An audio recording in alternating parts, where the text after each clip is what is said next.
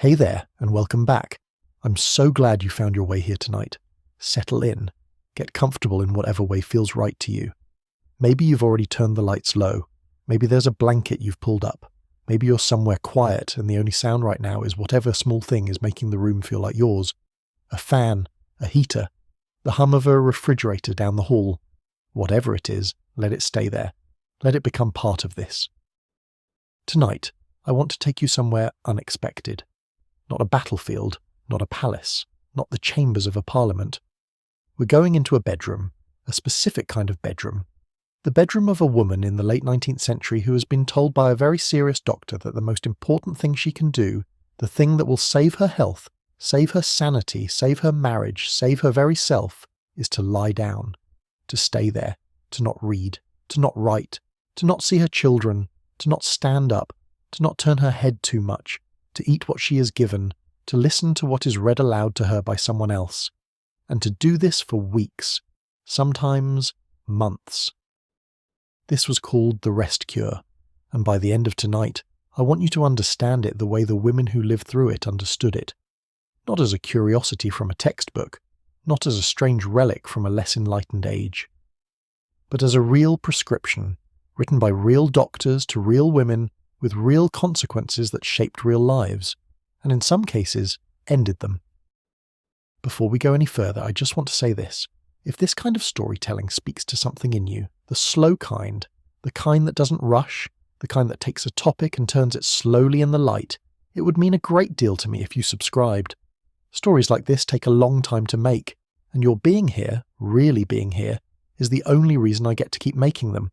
There's no pressure, just an open door. If you'd like, you can tell me in the comments where you're listening from tonight, what the room looks like, what the weather is doing outside. I read those, and I always feel a little less alone for reading them. Now, dim whatever still needs dimming. Let your shoulders drop just a fraction. We have somewhere to go. Picture a house in Philadelphia. The year is 1873. Late autumn, the kind of autumn where the light comes through the windows at a long slant, and everything in the room takes on the colour of the weak tea. There is a brownstone on a respectable street. 3 stories, tall windows. Inside, on the second floor, in a back bedroom that has been chosen specifically because it faces away from the street, and away from the morning sun, there is a woman lying in a bed. She's 26 years old. Her name does not matter for the moment. There were thousands of her. The bed is made of dark wood, heavy with a tall headboard. The mattress is firm. The sheets are clean and white and tucked in tight at the corners, the way they would be in a hospital, although she is not in a hospital. She's in her own home. Her family has paid a great deal of money for the privilege of having her in this bed, in this room, under these particular instructions. She's not allowed to read. There is no book on the bedside table. There is a glass of water and a small bell. The bell is for the nurse, who sits in a chair just outside the door knitting. The nurse is paid by the week. She has done this work before. She knows exactly what is permitted and what is not, and she will not be moved by tears, by argument, by appeals to reason. She has been hired precisely because she will not be moved. The woman in the bed is not allowed to see her husband except for short supervised visits. She's not allowed to see her children at all. The children, 2 of them, a boy of 4 and a girl of 2, have been moved to her sister's house across town. They have been told their mother is unwell and needs to rest. They will not see her for at least 6 weeks. This was decided by the doctor, not by her and not by her husband, although her husband agreed to it. The doctor was very firm. The children, the doctor explained, are part of what made her ill in the first place. She's not allowed to write. Not letters, not in a journal, not even a list of the things she would like to remember to do when she's well again. The act of writing, the doctor has explained, is dangerous for her. It engages a part of the mind that must be allowed to rest. It produces what he calls excitement, and excitement, in his medical opinion, is precisely what is destroying her. She is not allowed to feed herself. The nurse will feed her. 3 meals a day and milk between meals, a great deal of milk. Sometimes she's given as much as 4 quarts of milk a day, fed in slow, careful spoonfuls if she's too weak to drink it from a glass. There will be cream beaten into the milk. There will be raw eggs sometimes beaten into the milk. There will be beef tea, the broth simmered for hours from cuts of beef chosen for richness. The point is to fatten her, to put weight onto a body that the doctor believes has become dangerously thin, dangerously light, dangerously close to disappearing altogether. She's not allowed to use her hands much at all. Sewing is forbidden, embroidery is forbidden, even the small motions of dressing or undressing are done for her by the nurse. Her hands are to be kept still, her mind is to be kept still, her body is to be kept still. Stillness, the doctor has explained, is the medicine. This will go on for 6 weeks, sometimes 8, sometimes longer. There are women who lay in beds like this for 3 months, 4 months. There is a famous case of a woman who lay in a bed like this for nearly a year.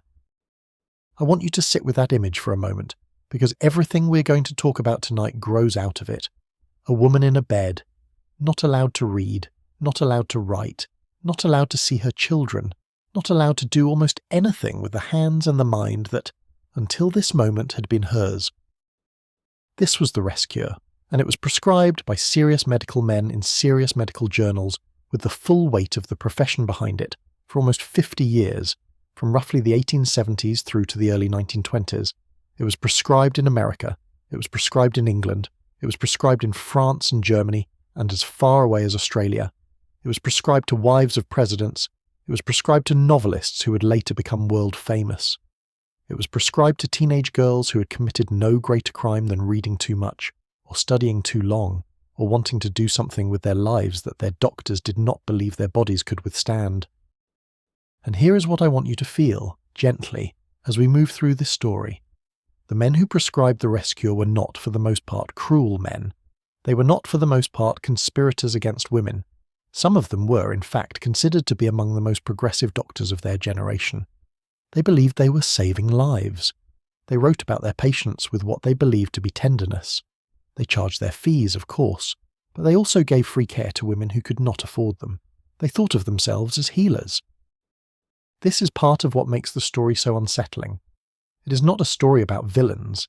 It is a story about how a deeply held set of beliefs about what women were, what their bodies could and could not do, what their minds were and were not capable of, became formalized into a treatment that, for many of the women who received it, was indistinguishable from imprisonment. And how those same women, in the quiet and in the dark, in the bedrooms where they lay being fed milk by paid strangers, began, some of them, to think their way out. That thinking, more than anything else, is what we are going to follow tonight. If you enjoy listening to sleep stories like this, subscribe. I post stories like this weekly. Let me take you back further still to the world that produced the rescue, because to understand the prescription, you have to understand the diagnosis. And the diagnosis was something called hysteria, or sometimes neurasthenia, or sometimes nervous prostration, or sometimes simply the breakdown. The names changed. The basic idea did not. The idea was this. Women, particularly women of the upper and middle classes, particularly women who had been educated, particularly women who lived in cities, particularly women who had ambitions or interests beyond the domestic sphere, were prone to a peculiar collapse.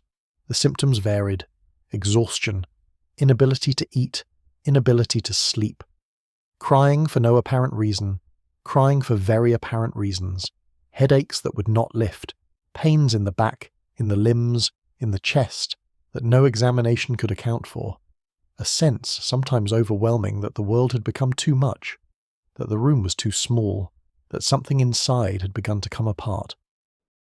I want to be careful here, because I think it matters. Many of these women were genuinely ill. Some of them had what we would today recognize as depression, as anxiety, as postpartum mood disorders, as the early stages of various physical conditions that 19th century medicine had no way to identify. Some of them had iron deficiencies, some of them had thyroid problems, some of them had infections that lingered, some had endured childbirth without anesthesia, sometimes multiple times, and their bodies had not been allowed to recover. Some had buried children, often very young children, and were carrying a grief that had no permitted public expression. And some, and this is the part the doctors of the time could not bring themselves to see, were responding entirely sensibly to lives that had become unsustainable, lives in which they were not permitted to work, not permitted to vote, not permitted in many cases to control their own money or their own property, or after marriage, even their own bodies under the law, lives in which intelligence had no outlet, lives in which ambition was treated as a symptom, lives in which a woman who said, with quiet desperation, "I cannot go on like this," was met not with the question, "What is wrong with the way you are living?" but rather, "What is wrong with you?" The doctor at the centre of the rescue, the man whose name became almost synonymous with it, was Silas Weir Mitchell, and I want you to know something about him before we go any further, because he was not a simple figure. He was not a quack. He was not a fraud. By the standards of his time, he was something close to a luminary. Silas Weir Mitchell was born in Philadelphia in 1829. His father was a doctor before him. He attended the University of Pennsylvania. During the American Civil War, he worked as a contract surgeon in a Philadelphia hospital that specialized in the treatment of soldiers with nerve injuries. This was a new kind of medicine. Nobody fully understood what happened when a bullet or a shell fragment damaged a peripheral nerve. Mitchell, working alongside two colleagues, developed careful protocols for studying these injuries. He coined the term causalgia for a particular kind of nerve pain. He wrote a book called Gunshot Wounds and Other Injuries of Nerves, which became a foundational text in the field. After the war, his practice in Philadelphia thrived. He treated wealthy patients. He published widely. He wrote novels in his spare time, several of which sold well. He was, by the 1870s, perhaps the most famous nerve specialist in the United States. When wealthy families had a daughter or a wife or a sister whose nerves had broken down, they sent her to Dr. Mitchell. They sent her from Boston. They sent her from New York. They sent her from as far as London. And Mitchell, who had spent the war watching young men with shattered nerves slowly and painfully rebuild themselves through rest and feeding and careful attention, came to believe that what worked for soldiers might also work for women. The theory was straightforward. The nervous system, like any other system in the body, could be exhausted. When it was exhausted, it needed to be rested, truly rested. Not the kind of half-rest most people called rest, in which the mind kept turning and the hands kept fidgeting. Real rest, total rest, imposed rest if necessary, because the patient herself, in her exhausted state, could not be trusted to rest properly on her own. He published his ideas in a small book in 1877 called Fat and Blood, an essay on the treatment of certain forms of neurasthenia and hysteria. The book is, in places, oddly tender. He writes about his patients with what he clearly believes is care. He notices their thinness. He notices the way their hands shake when they try to hold a cup. He notices that they are often, in his words, broken down, and he wants, sincerely, to mend them. The treatment he proposed had 4 pillars: seclusion, rest, massage and electrical stimulation, and feeding. Each of these, taken on its own, sounds almost reasonable. Together, applied to a woman who had perhaps come to him because she felt unheard, or unseen, or trapped in a life that did not fit her, they produced something else. Seclusion meant, quite literally, separation from family and friends. The patient was removed, often to the doctor's own private hospital or to a specialist nurse's home. Letters were screened. Visits were rare and brief.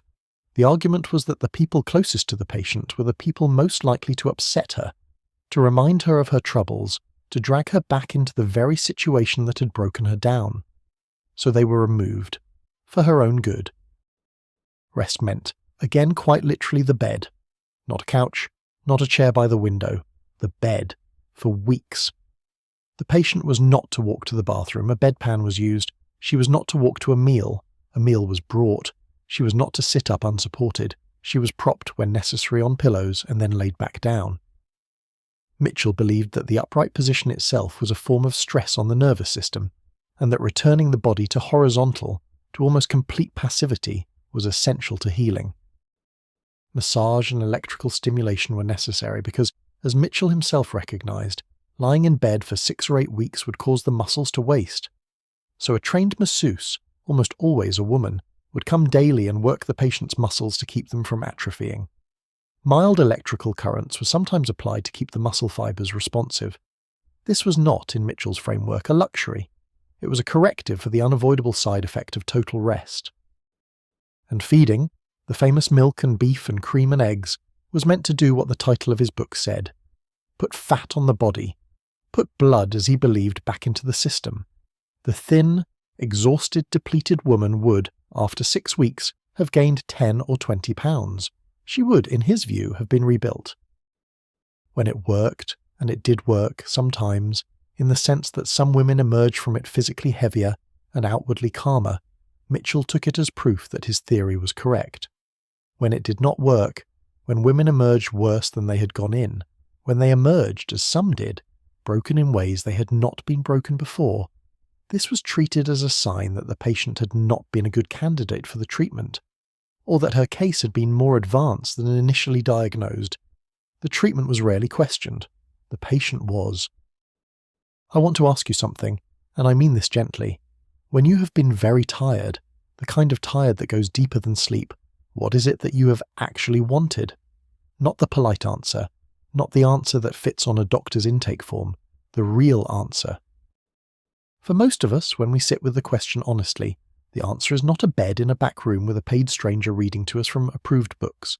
The answer is something more like to be heard, to be allowed to say what is wrong without being told what is wrong, to have someone sit with us in the difficulty without rushing to mend it, to be permitted for a little while to not be the person who is holding everything together.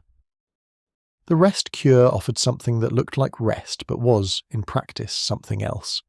It was the imposition of stillness on a body whose unrest was a message, and the message, whatever it was in any given woman's case, was systematically ignored, because the message itself was treated as the symptom. There is a passage from Mitchell's writings that I have read many times, and that I think captures the whole tragedy of his approach without his ever realizing he was capturing it. He describes a patient. He notes that she has been, in his words, a great reader.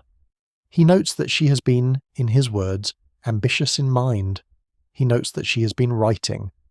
And he prescribes, with what is clearly clinical confidence, that she stop, that she put aside the books, that she put aside the pen, that she lie down, that she allow her overstimulated mind to settle into a wholesome quietness, and, he adds, that she devote herself, when she's well, to the duties of her household, in which her true happiness lies.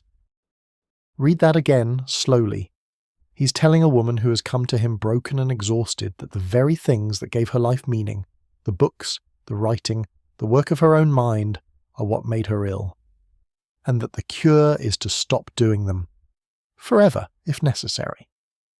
To return instead to a life he has decided in advance is the life she's meant for. The patient I have just described, although Mitchell does not name her in the passage I'm thinking of, was almost certainly the same kind of patient he saw over and over. Educated, married, a mother, possessed of what we would now call a creative or intellectual life that her circumstances did not really allow her to develop. Possessed, in other words, of a problem that was not located in her nervous system at all, but in the architecture of the world around her. The most famous of these patients, the one whose story has come down to us most clearly because she eventually wrote it down herself, was a young woman from Connecticut named Charlotte Perkins Stetson. She would later, after a second marriage, become Charlotte Perkins Gilman. And what she did with her experience of the rest, cure changed not only her life, but, in time, the whole conversation about what was being done to women in those quiet rooms. But before we follow her through her own bedroom, before we follow her through the wallpaper of her own particular hell and out the other side, I want to slow down and look more carefully at the world she came from. Because to understand why a young woman in 1886 found herself in a darkened room being fed beef tea by a stranger, you have to understand the bedroom itself, the room, the house, the street, the expectations layered on top of all of it, the particular weight that being a woman of her class, in her time, in her country, placed on the simple act of trying to live a life. That is where we're going next. Imagine for a moment the bedroom of a respectable middle-class American woman in the year 1880. Not the bedroom of the very rich, not the bedroom of the very poor, but the bedroom of someone in the broad and growing middle. The kind of woman who lived in a house with at least one servant. The kind of woman whose husband was a lawyer or a minister or a manager of something. The kind of woman who, if you had asked her, would have described her circumstances as comfortable. The room is on the second floor, almost certainly at the back of the house, because the front bedrooms were generally given over to receiving guests if needed, or to older children, or to the master of the house if he kept separate quarters, which many did.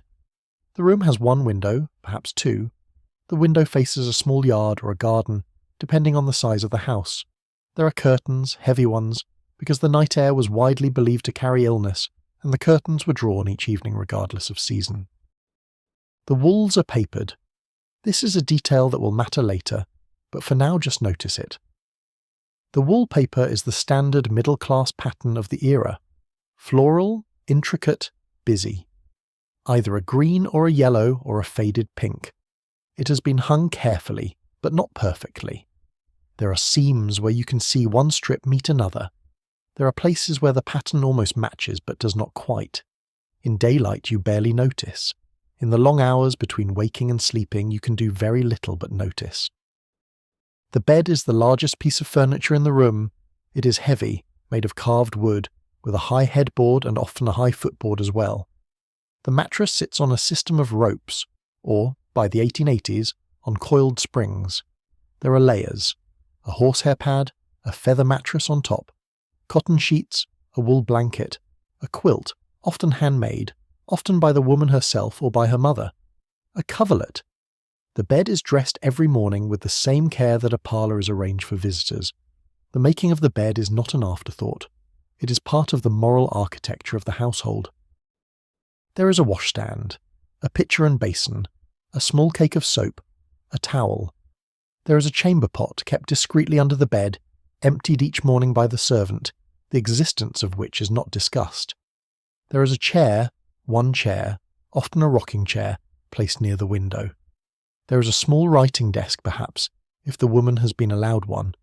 There is a dressing table with a mirror, and on the dressing table there is a brush and comb, and a few small bottles of toilet water, and perhaps a photograph in a frame, and perhaps a small box for hairpins or for the rings she takes off at night.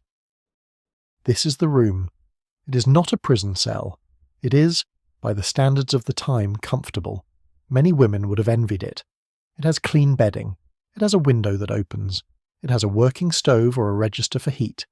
The woman who lives in this room is, by any measure, her grandmother would have recognised. Fortunate. And yet, here is the question that historians of women's lives have spent the last 50 years carefully unpicking, and the answer to it is more complicated than either side of the old argument would have liked. The question is, what was actually wrong?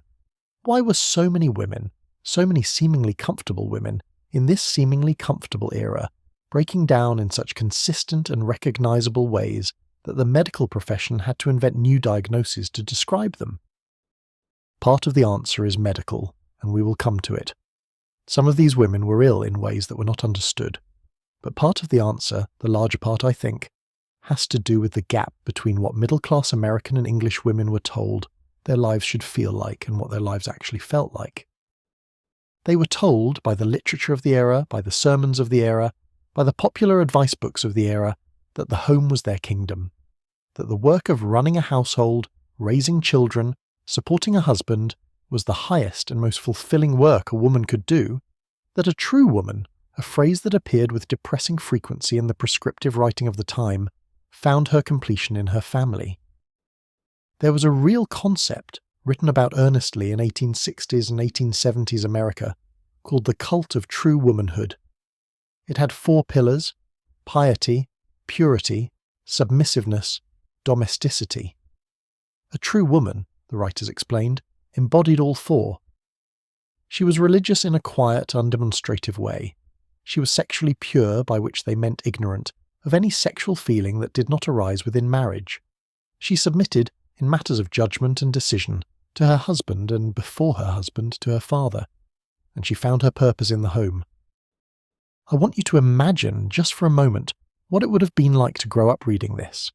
To be a girl of 14, 15, 16, with a mind that wanted to know things, and to read in book after book, magazine after magazine, sermon after sermon, that the very wanting was a problem, that the curiosity itself was unwomanly, that the only proper future was the one in which you would be folded gently and permanently into someone else's household, and your own self would become, by careful design, smaller and quieter until it fit into the space allotted.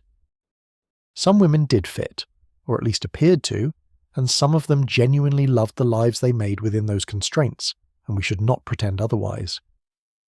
There were happy marriages. There were mothers who adored their children. There were women whose intelligence found its outlets in the running of complex households, in the church work that was permitted to them, in the friendships they formed with other women, in the long, patient labour of letter writing that filled their evenings. But there were also women who could not fit no matter how hard they tried, and the harder they tried, the more it cost them. Because the problem was not that they were lazy, or selfish, or insufficiently feminine. The problem was that the shape they were being pressed into was too small for them, and every day they kept trying. Every day they smiled at the dinner table, and supervised the children, and wrote the polite letters, and attended the church socials, and submitted, as they had been taught to submit, was a day that their own actual self had to be folded smaller and tucked further away. It is exhausting to live as a person who is every hour suppressing most of who she actually is. It does not feel exhausting in the dramatic sense. It feels like a slow, dull, grinding tiredness that you cannot point to and cannot explain. You're not sure why you're so tired. You're doing nothing, you tell yourself. Other women manage this. Other women are happy. What is wrong with you? That last question, what is wrong with you, was the one that drove women to doctors. And the doctors, who came from the same culture that had built the box too small, did not see the box. They saw only the woman who could not fit inside it, and they diagnosed her.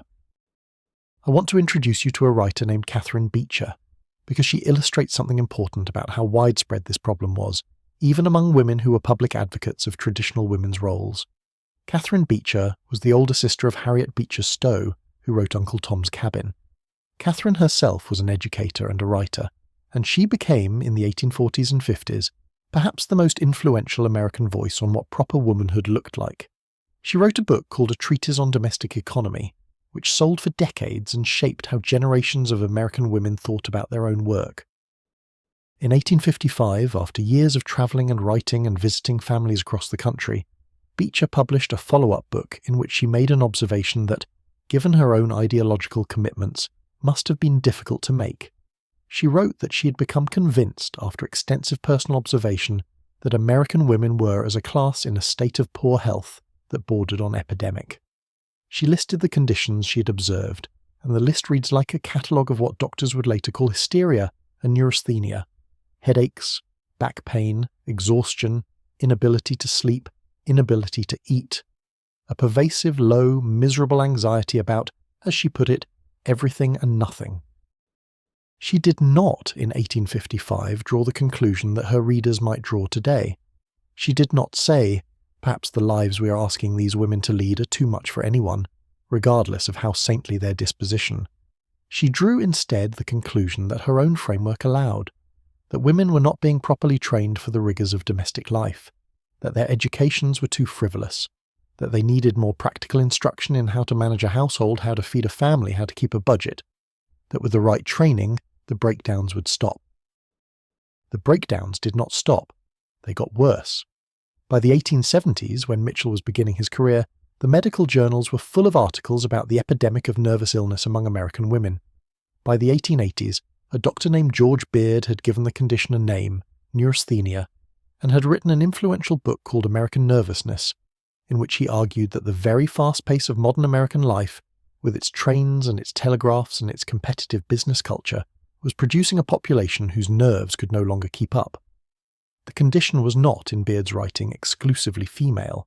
He thought men suffered from it too, particularly men in stressful professions, but the prescriptions for men and women were different. Men were generally told to take a vacation, to go to the country, to rest from their work, but not to give up on their lives. Women were told to stop, to withdraw, to accept that their fragile constitutions could not bear what they had been bearing, and to submit themselves to a regime of recovery that, in many cases, took away not just their work but their selves. I want to stay for a moment with the texture of what daily life inside this culture actually felt like, because the medical history alone does not capture it. The medical history is, in some ways, downstream of something larger. Consider the male of an ordinary middle-class housewife in the 1880s. She wakes early because someone in the household must. The servants are starting their work, but the housewife is responsible for directing them. She goes to the kitchen to consult with the cook about the day's menu.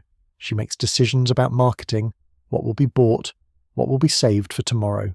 She supervises the children's breakfast, ensures they are properly dressed, walks the older ones to school or sees them off with the governess if there is one. She returns to the house and writes letters. The volume of her letter writing would astonish us today. She writes to her mother. She writes to her sisters. She writes to friends in other cities. She writes to organise the church bazaar. She writes thank you notes for visits, for gifts, for kindnesses received last week and the week before. She writes condolence notes when someone in her circle has lost a child or a husband, which happens with appalling regularity. She writes for hours. Then there are the visits. The afternoon visits, in particular. There is a complex social calendar in which she must call on certain people on certain days. Wednesday is one neighbour's day. Thursday is the rector's wife's day. Friday is the day for visiting the sick or the recently widowed. She must dress carefully for these visits. She must bring small gifts when appropriate. She must remember the names of all the children and all the relatives.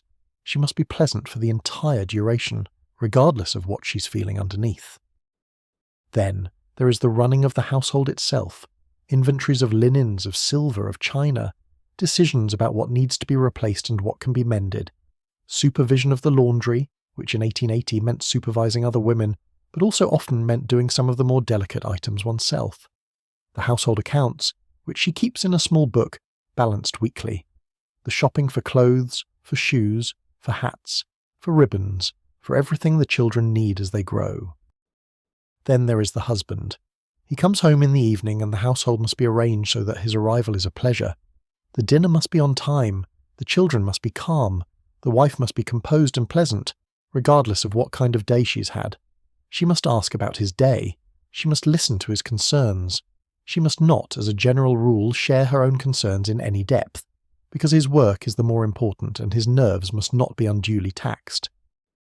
Then there is the question of children, of how many there will be, of what control she has over that question, which in the absence of reliable contraception, and in a legal system that did not recognise a woman's right to refuse her husband sexual access, was almost none, of pregnancies endured, often without medical understanding of what her body was going through, of births faced, often without effective pain relief, often with real risk of death, of infants buried, with grief that could not be expressed in any of the ways grief usually finds expression, because she was expected to remain composed for the sake of the family, the sake of her surviving children, the sake of her husband. All of this, every day, for years. And on top of all of it, the relentless background hum of the era's cultural messaging, which told her that this was her happiness, that she should be grateful for it, that if she found it less than completely fulfilling, the failing was in her, not in the arrangement. Is it any wonder that some women eventually simply could not get out of bed? I want to be honest here that I am painting with a broad brush. There were women whose lives in this era were full of meaning and even joy, and we should not pretend otherwise. There were women whose marriages were companionate and warm. There were women whose religious lives gave them a sense of purpose that more secular descriptions cannot capture. There were women who took to motherhood with genuine love and who experienced their children as the completion of their lives. The picture I'm giving you is not the only picture. It is, however, the picture that explains why the rest cure existed. Because the rest cure was a response to a real phenomenon. Women were breaking down. The question was always, why? The medical answer, in the 1880s, was that something had gone wrong with their nervous systems. The honest answer, harder to see at the time and even now sometimes hard to speak plainly, was that something had gone wrong with the bargain they were being asked to make. And the rest cure, by removing them entirely from the field of action and depositing them in a bed where they could not even pick up a pen, treated the symptom in the most direct way imaginable. If they could not stand up to live the life they had been given, they would simply not be allowed to stand up at all. And eventually, the doctors hoped, they would be willing to return to the life with whatever was left of themselves still able to function. Some women did return, some did not. Some returned and broke down again, and were prescribed the cure a second time and a third, and some, a small number, returned and looked at the life they had been sent back to, and the bed they had been sent to escape it, and decided that something had to give, and what gave in those cases was not always the woman. There is a particular quality to the silence in those bedrooms that I keep coming back to. The woman is alone, but not alone. The nurse is just outside the door. The household goes on, faintly audible. A door closes downstairs. A voice calls something to a child. The clock in the hall ticks. The wallpaper, with its repeating pattern, is a kind of visual metronome that the woman cannot turn off. Hours pass. The light moves across the wall. She's supposed to be resting. She is, the doctor has assured her family, getting better. Inside her head, things are not necessarily quiet. She is thinking. She has nowhere else to put her thinking. She cannot read it onto a page. She cannot speak it to a friend. She's alone with her own mind in a way most people in modern life are almost never alone, because we have so many distractions, so many small ways of stepping outside ourselves. She has nothing, just the wallpaper and the ceiling and the slow movement of light. What does a person think about when she has nothing but herself for company day after day for weeks on end? She thinks about her life. Where else can the mind go? She thinks about how she got here. She thinks about the choices she made and the choices that were made for her. She thinks about the small daily compromises that, over years, added up to a self she does not entirely recognize. She thinks about what she wanted when she was younger, before she fitted herself into this. She thinks about whether what she wanted was reasonable. She thinks about whether she could ever have it back. And in some women, in that long quiet, something happened that the doctors had not anticipated. The rest cure was supposed to hollow her out and refill her with the proper substance, milk and beef and acceptance. But sometimes instead, in the space the cure created, she found herself, slowly, quietly, against the explicit instructions of her doctor, against the will of her household, against the entire cultural apparatus that had brought her to this bed. She began to know what she actually thought, and what she actually thought in some cases was that the bed itself, and the cure itself, and the whole framework that had produced both, was a kind of madness. That is where Charlotte Perkins Gilman comes in, and she, more than anyone else, is going to take us through what one woman did when she realized that the cure was the disease. Charlotte Anna Perkins was born on the 3rd of July 1860 in Hartford, Connecticut. Her childhood was, by any measure, difficult. Her father, Frederick Beecher Perkins, was a writer and librarian and a member of the famous Beecher family, which made his abandonment of his wife and children especially visible to the social world they all moved in. He left when Charlotte was very young. He returned occasionally. He sent money sometimes. He sent reading lists when she was old enough to read them, which she treasured. But he was not in any practical sense present. Her mother Mary was left to raise Charlotte and her older brother Thomas alone, and she did so with very little money and a great deal of pride. Mary moved from one household to another, often staying with relatives, often relying on the kindness of friends. She had been a beautiful young woman who had married for love and been disappointed, and her disappointment shaped her parenting in ways that Charlotte would later write about with more sadness than anger. Mary, who had been hurt by love, decided that her children should not be hurt the same way. So she did not show them affection. She did not let them become attached to playmates. She did not let Charlotte, who craved physical comfort, sit in her lap or be held. She believed she was teaching them strength. She was teaching them instead that love was something to be braced against. Charlotte grew up smart, restless, unhappy, and physically active. She loved exercise at a time when middle-class girls were generally not encouraged to be physically active. She did calisthenics. She lifted weights, which she had made for herself out of broomsticks and rocks. She walked long distances. She believed with a conviction that was unusual for her time and class that her body was her own and that she should keep it strong. She read everything she could find. Her father's reading lists when they came were ambitious. He recommended Darwin, which she read. He recommended history, philosophy, economics, all of which she read. She was largely self-taught because her mother could not afford the schools that would have given her a more conventional education. By the time she was a young woman, she had a wide-ranging, somewhat unsystematic but genuinely substantial intellectual life. She wanted to do something with it. This was the problem. She wanted to write. She wanted to think. She wanted to contribute in some way to the larger conversation of her time.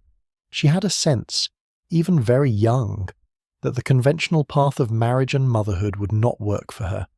Not because she did not love or want children. She did. She had a particular tenderness for the idea of being a mother, but she was already aware as a teenager that the woman she was, the woman who needed long stretches of solitude, who needed the freedom to read and to write, who needed her own mind in its full range, would not survive the kind of marriage that her culture was prepared to offer her. In 1884, when she was 23, Charlotte Perkins married a young artist named Charles Walter Stetson. She did so against her own better judgment. She had refused him several times. She had tried, in long, painful letters, to explain that she did not think marriage was right for her. She had tried to explain that she was, as she put it, called to a public life of some kind, that she could not be a wife in the conventional sense. He had persisted. He was a sweet man, deeply in love with her, gentle and persuasive. He believed that her doubts were the kind of nerves that any sensitive young woman would feel before her wedding. He believed that once they were married, she would settle into happiness. She did not. The first year of the marriage was hard. The second year was harder. By the third year, with the birth of their daughter Catherine in the spring of 1885, Charlotte was in serious trouble. She loved her daughter. She loved her husband. She had a comfortable home, a kind partner, a healthy child, every external sign of the good fortune a woman of her class was supposed to feel. And she could not get up. She could not function. She wrote in her journal of weeping for hours for no reason she could name. She wrote of being unable to bring herself to put on her clothes. She wrote of looking at her infant daughter, whom she loved, and feeling nothing but an immense hollow exhaustion that she could not pretend her way through. Her doctor, a local Providence physician, treated her with the standard remedies of the era: bromides, tonics, recommendations to take walks. She did not improve. Her husband was patient and concerned. Her family was concerned. And eventually, in the spring of 1887, when Charlotte was 26 years old, the decision was made to send her to Philadelphia, to the country's most famous nerve doctor, a man whose reputation for curing exactly these kinds of breakdowns had reached as far as Providence, and as far as anywhere else women lay weeping in their beds for reasons they could not name. She was sent to Dr. Silas Weir Mitchell. The journey itself was an ordeal. She arrived in Philadelphia depleted, anxious and unwell. She was not admitted to a hospital. Mitchell saw her in his consulting rooms. The interview, by her later account, was brief. He did not, as she remembered it, ask her many questions about her actual life. He did not ask in any depth about her work, her ambitions, her sense of what was wrong. He examined her physically. He took her history in the way he had taken many histories. He observed her thinness, her pallor, the trembling of her hands. He nodded. He prescribed his standard cure. She would go home. She would lie in bed for as long as he prescribed. She would eat the milk, the cream, the eggs.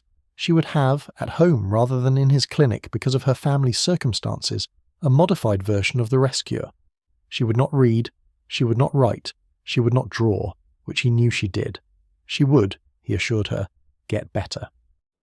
And then he gave her the prescription that, more than any other piece of advice he gave to any patient over his long career, would come to define his legacy.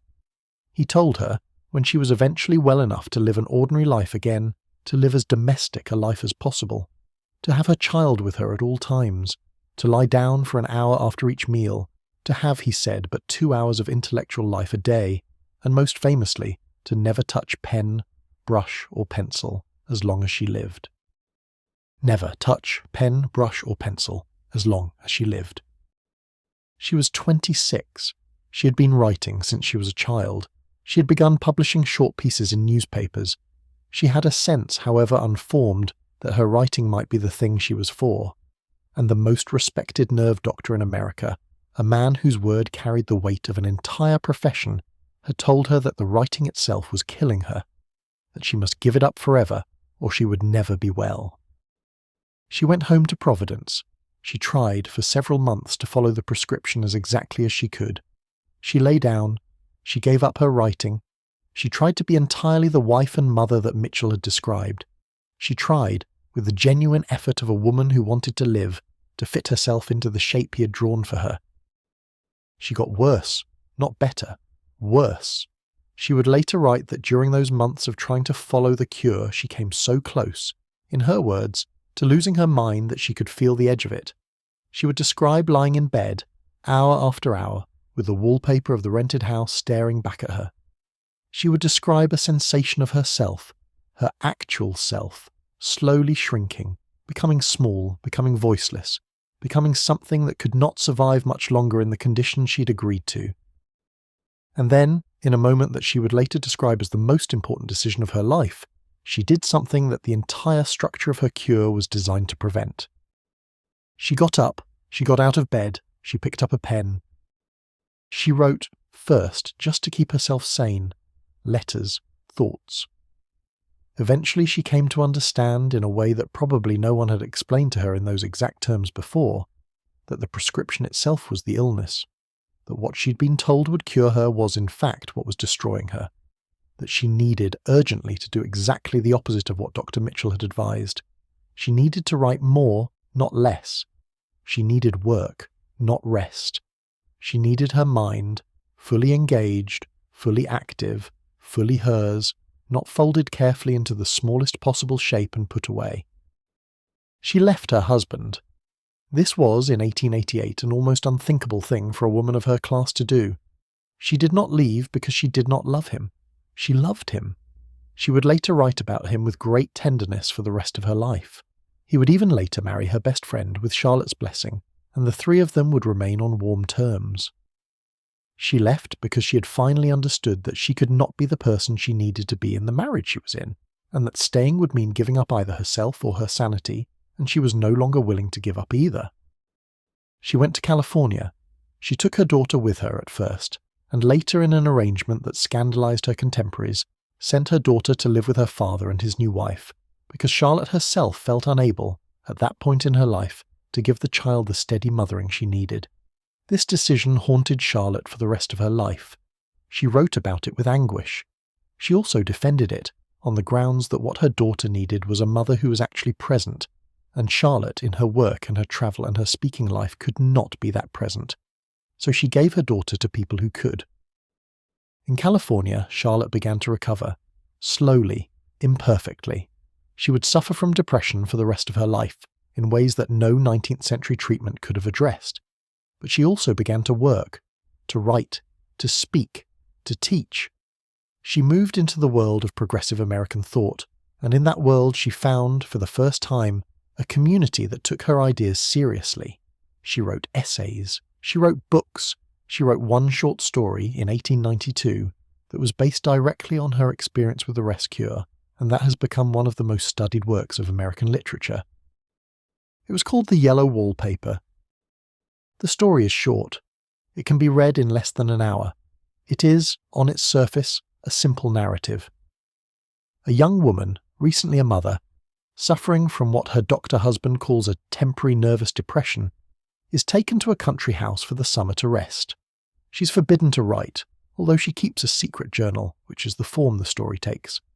She's confined to a single upstairs bedroom. She's fed and watched and managed. The room has yellow wallpaper that she finds, at first, simply ugly, and then, over the course of weeks, she finds increasingly disturbing.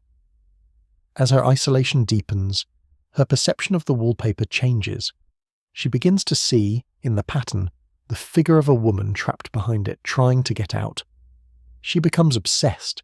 By the end of the story, she has, in some sense that the story leaves deliberately unresolved, become the woman behind the wallpaper. She has either gone mad or has freed herself, depending on how the reader chooses to understand the final scene. Charlotte sent the story, when it was finished, to Dr. Silas Weir Mitchell. She wanted him to understand, she would later say, what his cure had nearly done to her. There is no record that he ever responded to her directly. But she heard, from someone, that years later he had told a friend that reading the story had caused him to alter his treatment of nervous diseases. Whether this is true is debated. There is no clear evidence that Mitchell substantially changed his methods. He continued to practice and write about the rest cure for the rest of his career. But the story Charlotte told about the story that he had been moved by it, that he had reformed because of it, became part of the legend of the yellow wallpaper itself, and part of the way that her experience was woven into the larger story of how American medicine eventually, slowly, painfully, learned to listen to its women patients. I want to read with you, slowly, the way the story unfolds, because I think it captures something about the experience of the rest cure that no straightforward historical account can capture. The story is fiction, but it is fiction written by a woman who had been there, who had lain in that bed, who had been told not to write, who had in some real sense watched her own self begin to fray under the weight of the prescription. So when she describes what the wallpaper began to look like to a woman who had nothing else to look at, she is not inventing. She is remembering and translating and putting into a form that her reader could enter. I'm not going to read the story to you in full tonight. It is widely available, and you can find it easily if you have not already encountered it. What I want to do instead is take you through what I think it tells us about the inner life of the rescuer, about what was actually happening in the rooms where women were being made well by being made still. The story begins with the narrator's voice, light, almost cheerful. She has just arrived at the country house. She describes it.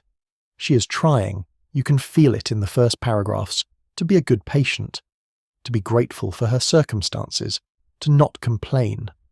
Her husband John is mentioned almost immediately. He is a doctor. He is, she tells us, very practical. He scoffs at her notions gently but firmly.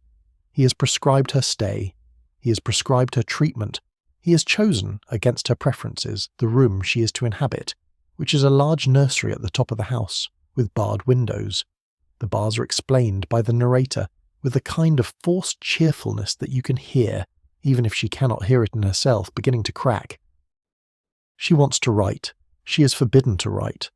She writes anyway in secret on small pieces of paper she hides. The act of writing is, in her own estimation, exhausting her. She believes her doctor husband. She is doing, she tells herself, harm to her recovery by writing. But she cannot stop, because the alternative is silence, and silence is what is killing her, although she does not yet know how to put that. The wallpaper of the room is, at first, simply ugly. Yellow, with a pattern she finds repellent. She describes it as committing every artistic sin she can think of. She does not like it. But she has nothing else to look at, so she looks. Slowly, over the days and then the weeks of the story, the wallpaper begins to change. Not because it is changing. The wallpaper is just wallpaper. It is changing because she is changing. She is being given nothing else to engage her mind. And her mind, which is a working mind, an active mind, a mind that needs material, has begun to feed on the only material available to it, the pattern. She begins to see things in the pattern. She begins to see, behind the front pattern, a kind of secondary pattern, fainter, and within that secondary pattern, the shape of a figure, a woman who, the narrator slowly comes to believe, is trapped. The figure tries to get out. The narrator, in her isolation, in her enforced idleness, in the long days where she's not permitted to do anything but lie down and recover, begins to identify with the figure. She watches her. She follows her movements with her eyes. She becomes, in a way that is both obviously unwell and somehow deeply true, the figure's only ally.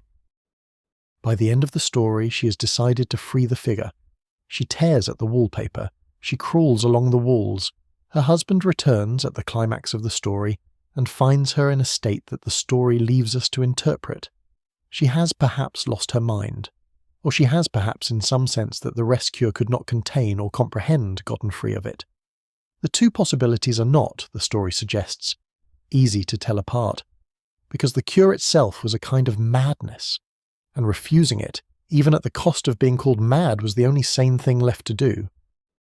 I find this reading of the story moves me every time I think about it, because it suggests something true about the experience that no straightforward account of medical history can quite say.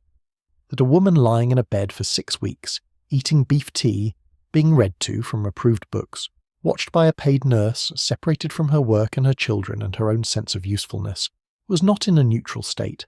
She was not, as the doctors imagined, simply at rest. She was in a kind of slow erasure.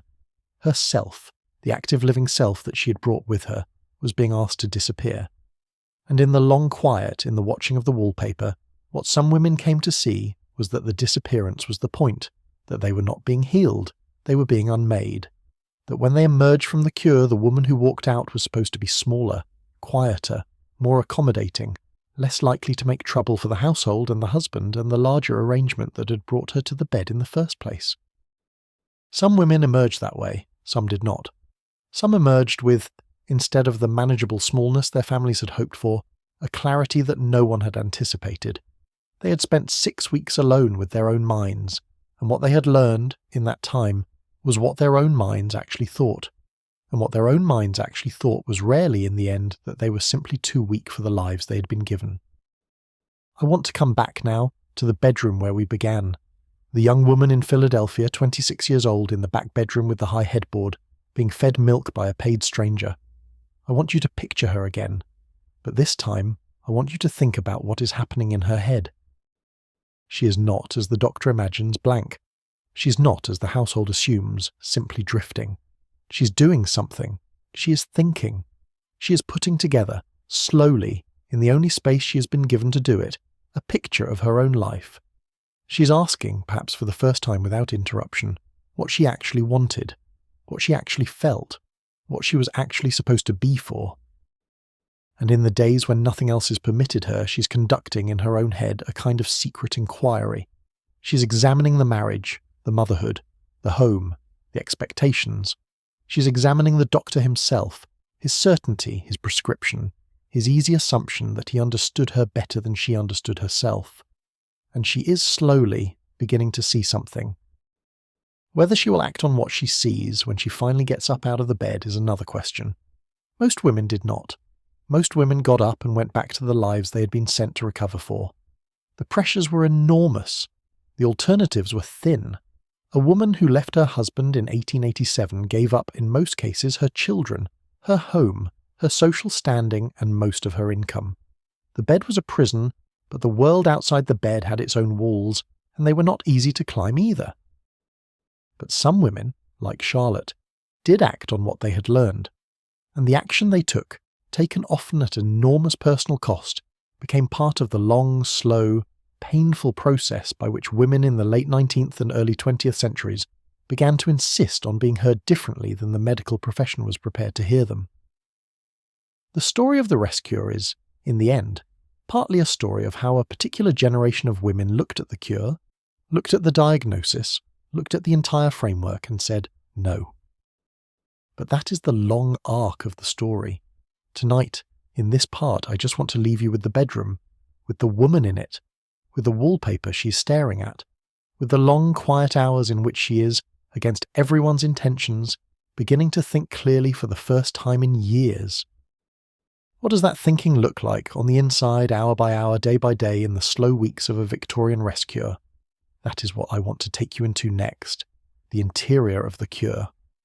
What it actually felt like for the women who lay in those beds, hour by hour, looking at the ceiling, being fed at intervals and slowly, against all intention, coming back to themselves. The hours of a rescue day are something I have thought about a great deal, because I think they are the part of the experience that is hardest, from where we sit now, to truly imagine. We live in a world of constant small distractions, our phones, our screens, the radio playing in the background, the book we pick up for 10 minutes and put down again, the conversation with the person in the next room, the notification, the notification, the notification. A woman in a rescue bedroom in 1888 had none of that. She had a window that she was often instructed not to look out of for too long, because the activity of the street was considered overstimulating. She had a wall and a ceiling. She had the wallpaper with its endless pattern. She had the bed itself with its sheets and its blankets, the texture of which she came to know in the way one knows the inside of one's own pocket. She had her own body and the small adjustments she was permitted to make to it. She had her own thoughts. That was it. So let us go through the day, slowly, the way she would have gone through it. Not because the details themselves are dramatic. They are not. The whole point of the cure was that nothing dramatic should happen. The drama was supposed to be subtracted. What I want you to feel instead is the texture, the shape of the time, the way that hours, when they have nothing to fill them, become a kind of weight that lies across the body and the mind. 6 a.m. The household is beginning to stir. She hears faintly the first footsteps downstairs. The cook is starting the fire. The maid is opening shutters. The smell of wood smoke and eventually of coffee begins to drift up the stairs. The patient lies still. She's been awake perhaps for an hour or perhaps longer.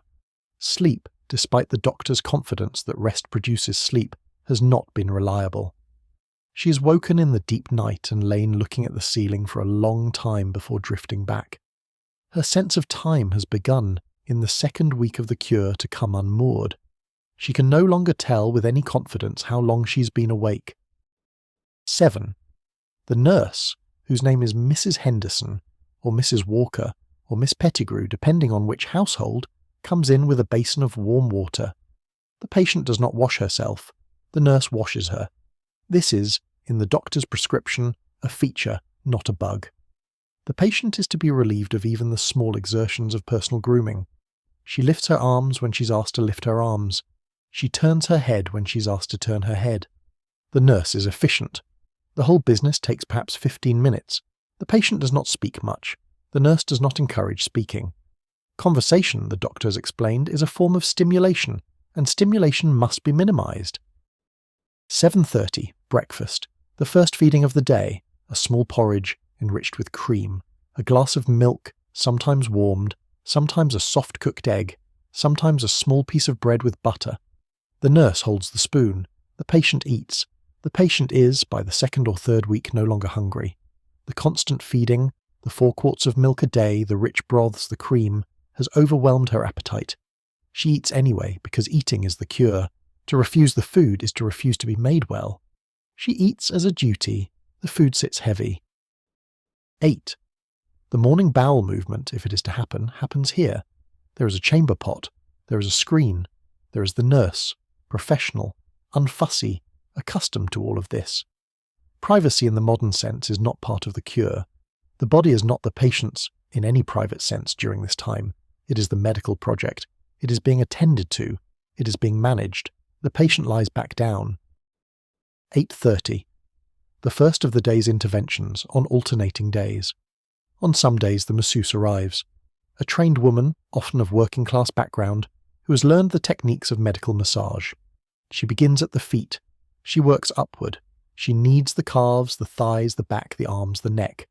The work is firm but not painful. It takes about an hour. The patient is to lie passive throughout. She's not to engage in conversation. She's not to think too much, although how a person is meant to control how much she thinks while a stranger spends an hour silently working on her body is a question the prescription does not address. On other mornings, the electrical treatment, a small device with cloth-covered electrodes that are placed on the patient's body. Mild currents are passed through the muscles. The sensation is uncomfortable but not unbearable.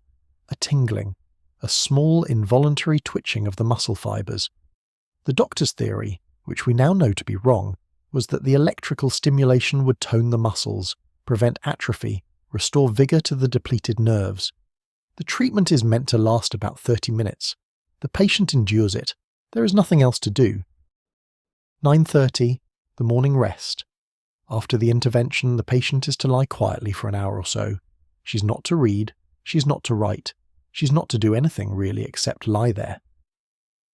The nurse, in the doctor's most strict regimens, may read aloud to her from a book of approved improving content. Sermons, often, or travelogues, or natural history. Nothing exciting, nothing romantic, nothing that engages the imagination too much. The voice of the nurse in the still room becomes a sound like the tick of the clock. The patient half listens.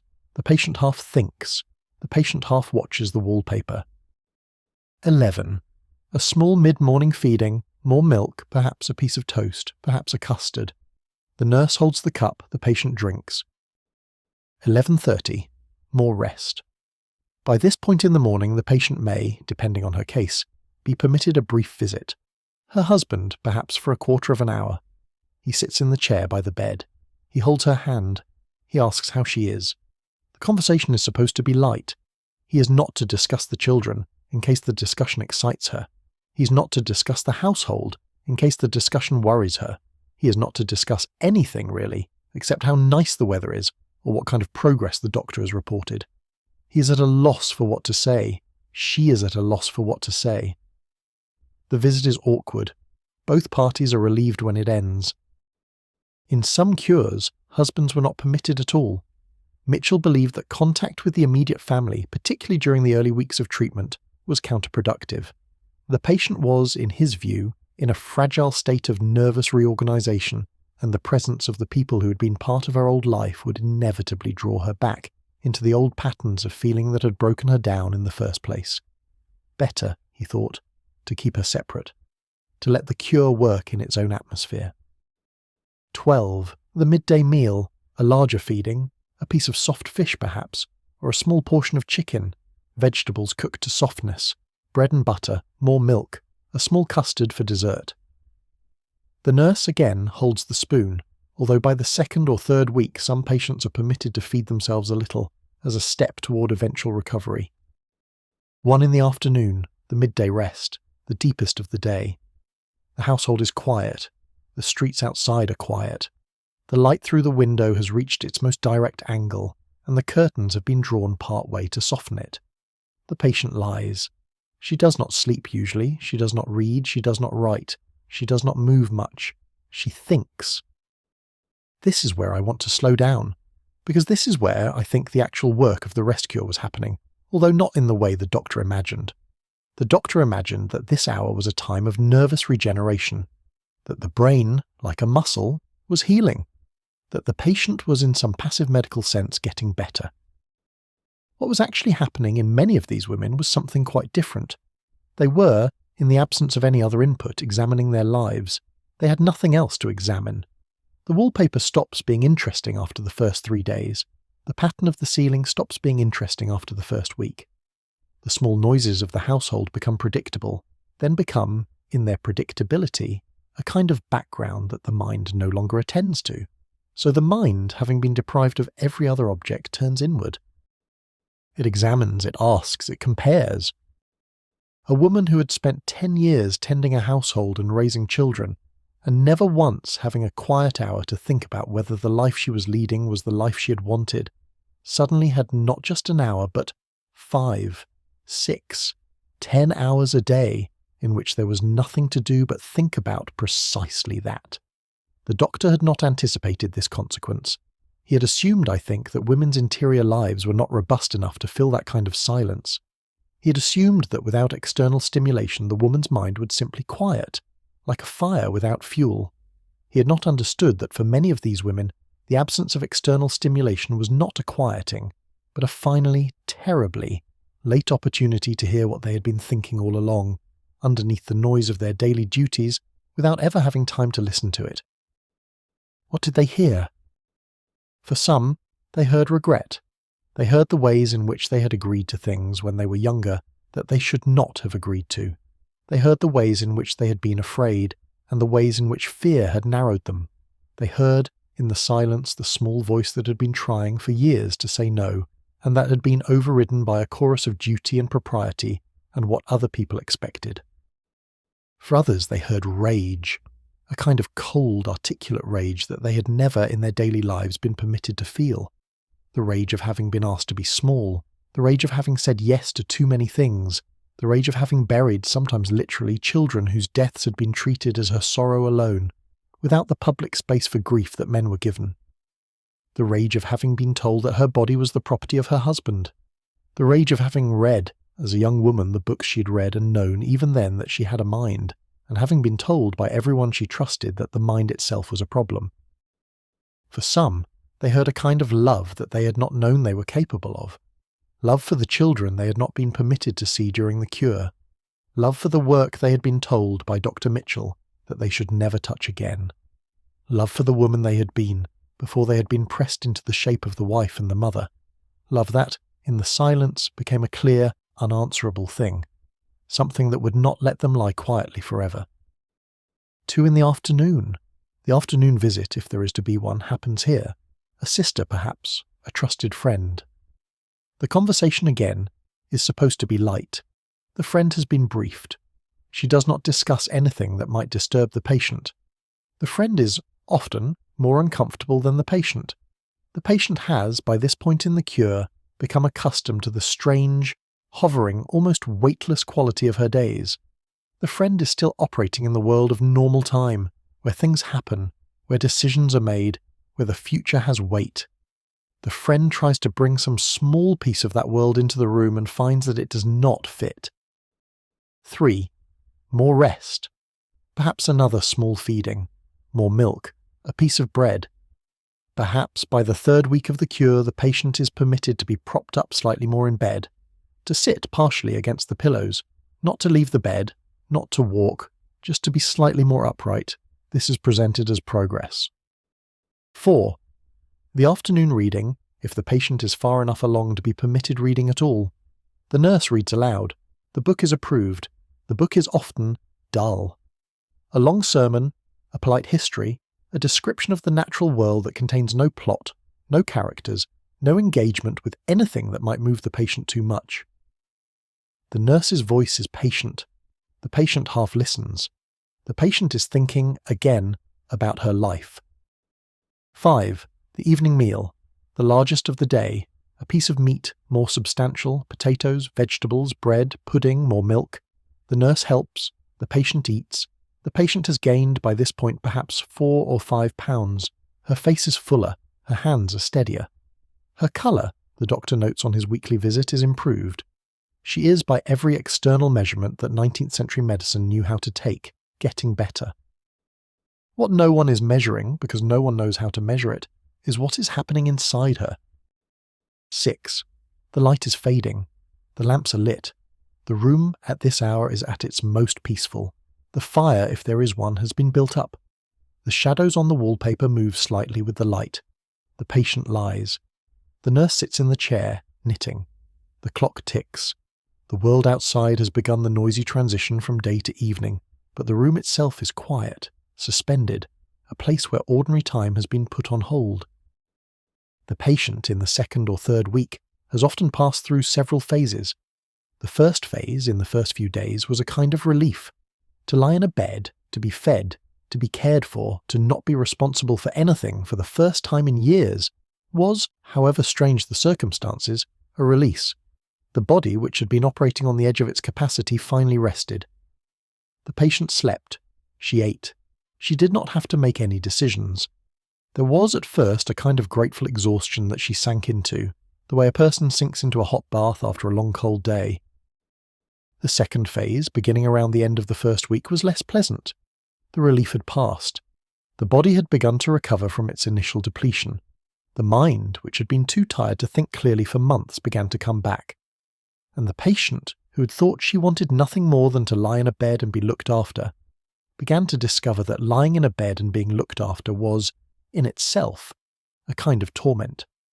The mind wanted something to do. The hands wanted something to do. The cure forbade both. The patient lay there, increasingly restless, increasingly aware that she was now suffering not from her original illness, but from the treatment of it. The third phase, beginning in the 2nd or 3rd week, was the dangerous one. The patient, by this point, was no longer relieved, no longer simply restless, but had moved into a state of deep, attentive interior watching. She had nothing to do but watch the wallpaper, watch the ceiling, watch her own thoughts. And watching her own thoughts, hour by hour, day by day, she had begun to see things in them that she had not, in the noise of her ordinary life, ever been still enough to see. This was the phase the doctor had not planned for. He had assumed, I think, that the mind would quiet down once the nerves were properly rested.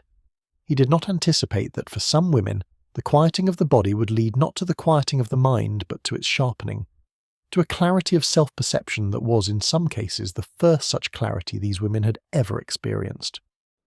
Charlotte, in her own account, described this phase as the phase in which she began to understand that the cure was destroying her, that what she needed was not less stimulation, but more, not less of her own work, but more, not less of her own mind, but more, that every additional day in the bed was making her by an immeasurable degree less herself, and that if she did not get up, eventually she would not get up at all, in any meaningful sense.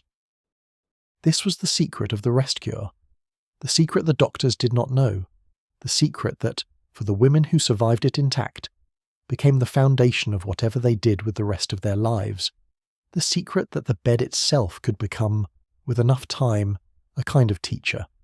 Not the teacher the doctor had intended, a different teacher, one that taught not submission, but the precise, unbearable, finally named reality of what one's actual life had become. 7. The evening rest. The lamp is dimmed. The curtains are drawn fully. The room is at its most quiet. The patient is, in the doctor's view, settling towards sleep. The nurse will continue to sit in the room for another hour. The household downstairs is at dinner. The The husband, who has come home from his work, sits at the table without his wife, who has not eaten with him in many weeks, and may not for many more. He misses her. He does not know what to say to her when he visits. He trusts the doctor. 8. The patient is supposed to be sleeping. She is not, often. She is lying with her eyes closed. She is going over again in the dark the same questions that have occupied her in the quiet hours of the day. What was wrong? What is still wrong? What might possibly be different? What it would mean to get up? 9. The nurse leaves the room. The lamp is turned down to its lowest setting, leaving just enough light to see by if the patient wakes and needs to call out. The household is settling. The husband climbs the stairs to his own room, separate from his wife's during the cure. The children in another room are asleep or are being read to sleep by their nanny. 10. The house is quiet. The patient is alone in the dark with the wallpaper she can no longer see but knows is there. The thoughts, in the dark, become clearer. The defences which have held during the day fail at night. The patient cries, sometimes silently, into her pillow. She's not crying about anything in particular. She's crying about everything, about the cure, about the life that brought her to the cure, about the woman she has been, and the woman she might have been, and the woman she might still, possibly be, if she could find a way out of the box that has been built around her. Midnight. The patient sleeps sometimes, or sometimes she lies awake, watching the ceiling, where the faintest light from the street lamp outside makes a slow, unmoving pattern. She is alone, in the deepest sense of the word. The house is asleep around her. The cure prescribes that she also be asleep, or as close to it as possible. The cure does not know what to do with a patient who is awake at midnight thinking. 2 in the morning, the lowest hour. The patient, if she's awake, is in a strange suspended state. The house is utterly silent. The street is silent. There is no sound but her own breathing, and the very faint settling of the house itself, the small sounds that old houses make in the deep night, the ticks and creaks that mean nothing.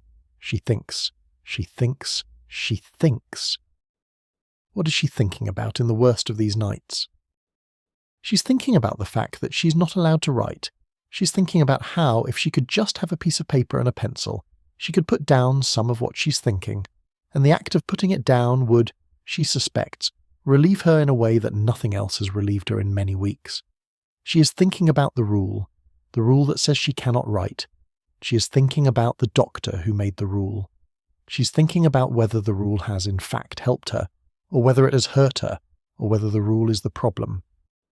She's thinking slowly that the rule is the problem. She is not yet, in most cases, ready to act on this thought. The act of breaking the rule, of getting up, of finding a piece of paper, of writing something, would be a kind of revolution, and she is not, in the 3rd week of her cure, ready for revolution. She is too weak, she is too institutionalized. The whole apparatus of her care, the nurse, the husband, the doctor, the household, the culture, is set up to prevent exactly this kind of revolution. But the thought is there, and once a thought like that is there, it does not generally leave. It settles in, and it waits. It waits for the moment when the patient is strong enough to act on it, the moment when she can find a piece of paper, the moment when she can hide it under the mattress, the moment when, in some quiet hour, she can pick up a pencil and write down a single sentence, and the single sentence will become 2 sentences, and the 2 sentences will become a paragraph, and the paragraph will become eventually a story, a letter, a manifesto, a life. 3 in the morning. The patient sleeps, finally sometimes. The household sleeps. The cure proceeds. The doctor, in his own home across town, sleeps the sleep of a man who is confident in his methods. The nurse, in her own room down the hall, sleeps the sleep of a woman who has been on her feet all day. The patient, in the 4th or 5th week of her cure, has become, although no one in the household yet knows it, a different woman than the woman who arrived. She has not become, as the doctor hoped, a calmer and more accommodating version of her old self. She has become someone the doctor would, if he could see inside her, find disturbing. A woman who has spent 4 weeks alone with her own mind. A woman who has, against every intention of the cure, learned what she actually thinks. A woman who is, in some quiet way she does not yet have words for, beginning to plan. The plan, in most cases, will not succeed in any large way. Most women emerged from the rest cure and went back to lives that looked, on the outside, very much like the lives they had been sent to recover from. They picked up the children. They resumed the household. They sat at the dinner table again, opposite their husbands. They wrote the polite letters. They visited the neighbours. They became, in every external respect, women who had been cured. The cure was deemed a success. The doctor was paid. But inside, in the secret place that no 19th century doctor had any way of examining, they had changed. They knew now what they had not known before. They knew what their own minds were capable of when given nothing else to feed on. They knew what they had been given up. They knew in some cases what they wanted to take back.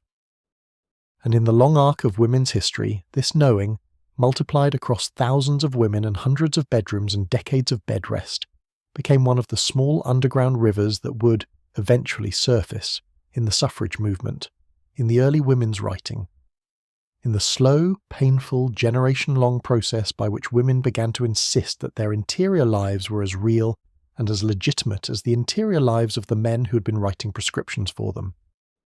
This is, I think, the strangest thing about the Rescue. It was designed to silence women. It was, in a great many cases, the experience that taught them most clearly what their own voices sounded like. The doctors had given them, by accident, the one thing their daily lives had never given them: time to listen to themselves. Some did not survive the listening. Some were, by the end of their cures, genuinely worse than they had been at the start. Some became permanently disabled by the long bed rest. Some lost, in the prolonged isolation, contact with the people they had loved. Some, in the depths of the third or fourth week, in the rooms where the wallpaper moved, found their way into states of mind from which they did not fully return. We should not romanticize this. The rescue caused real harm. The doctors who prescribed it were, in many cases, sincerely trying to help, but the help they offered was a help shaped by their own assumptions about what women were and what they should want, and those assumptions did damage that even the kindest individual practitioner could not by himself undo. But within that damage, in the spaces where the cure failed in its intended purpose, something else also happened. Something the cure was not designed to produce and could not entirely prevent. A kind of quiet intelligence, growing in the dark, in the rooms of women who had nothing to do for weeks but think.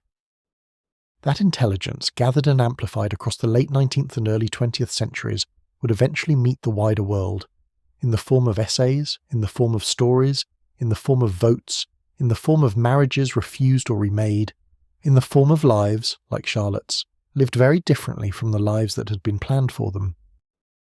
There is more to tell. There is the story of how the medical profession itself slowly began to question the cure, the story of the women who were prescribed it and refused, the story of the doctors who, late in their careers, began to wonder whether they had been doing harm where they had thought they were doing good, the story of how the cure faded by the 1920s into the embarrassing past of psychiatric medicine, and the story of how its echoes are still with us, in the way medicine still sometimes fails to listen to women in particular ways.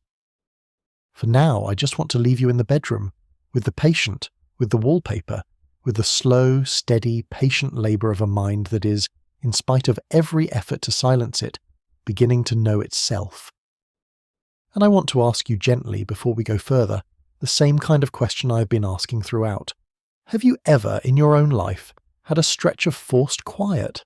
Not a vacation, not a chosen retreat, a real interruption, an illness, a loss, a long convalescence, a period when the ordinary noise of your life was, for whatever reason, taken away.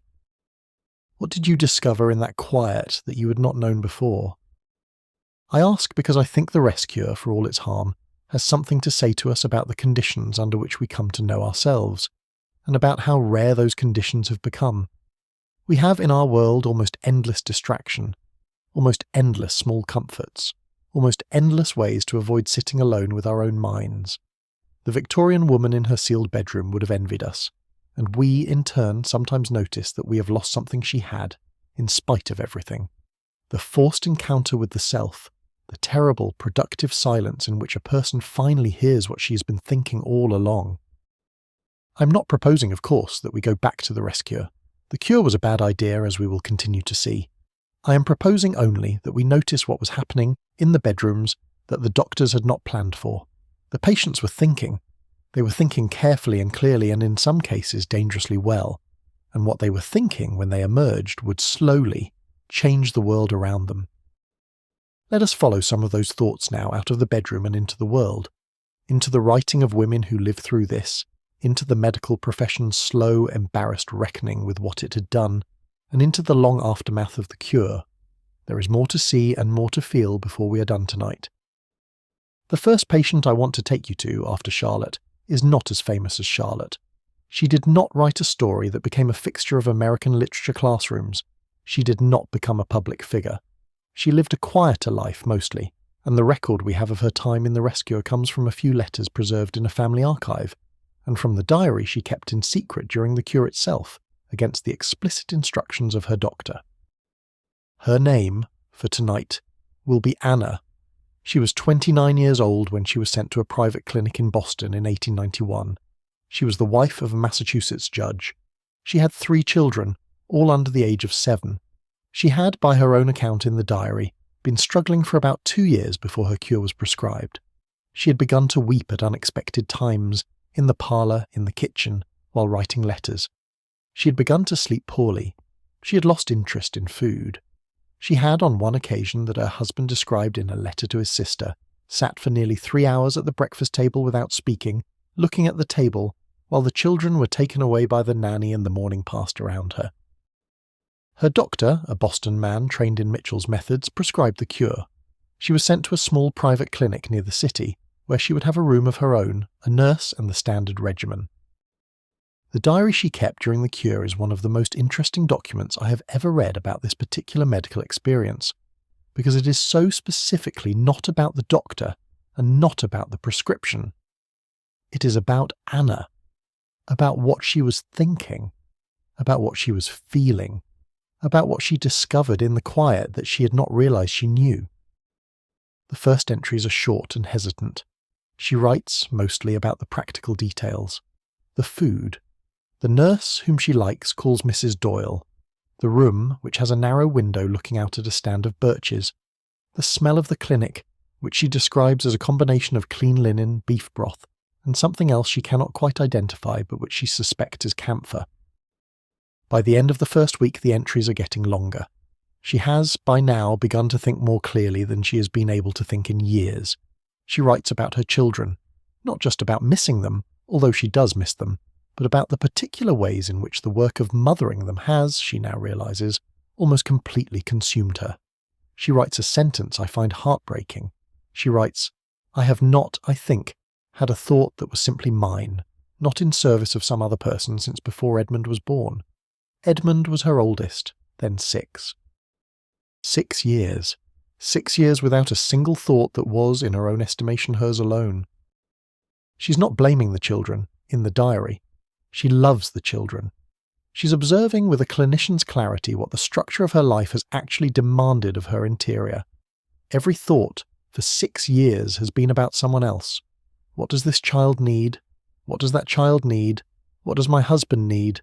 What does the household need? What does the cook need to know about the marketing for tomorrow? What does the church group expect of me? What do the neighbours expect to see when they call? 6 years of her own mind, never once turned in any sustained way toward herself. In the rest cure, for the first time in those 6 years, she has a stretch of time in which there is nobody whose needs she is responsible for managing. The nurse manages her. The doctor manages the nurse. The household, somewhere across town, is being managed by her husband and her sister, who has come to stay.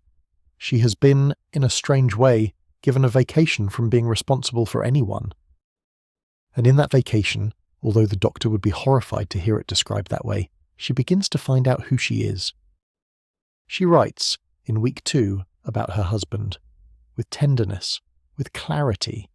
She loves him, she writes. She has loved him from the moment she met him. He is a good man. He has been a good husband. He has, in his own clumsy way, tried to understand what was happening to her over the past 2 years. But he is, she sees now, unable to imagine her interior life as fully real. He believes, on some level he would never admit, that she is a kind of extension of his life, with her own subordinate interior, but not, in the full sense, a separate person. He has loved the version of her that fits into his life. He does not know, has never met, the version of her that does not fit. and the version of her that does not fit, she is realizing, is a person she has been suppressing for many years. She writes, in week 2, about her own mother, about a conversation she had with her mother when she was 16, in which her mother told her that the most important thing she could do as a woman was to make her future husband feel like the most important person in the room. Anna writes that she has for 13 years been doing exactly that, without ever asking whether she wanted to, without ever asking whether the cost was acceptable, without ever asking whether her mother, who said this with apparent conviction, had, in her own life, found the practice rewarding. Anna's mother, she now reflects, had been by any reasonable measure deeply unhappy. She writes, in week 3, about books. She has been forbidden books by the doctor. She has, against the doctor's instructions, smuggled in 2 small volumes that she keeps under her mattress. One is a book of essays by Ralph Waldo Emerson. The other is a book of poems by Christina Rossetti. She reads from them in small snatches when the nurse is out of the room. She writes that the act of reading, even for 2 minutes, after almost 3 weeks of being forbidden it, makes her feel like a person again. She writes, "The doctor wishes me to be a body.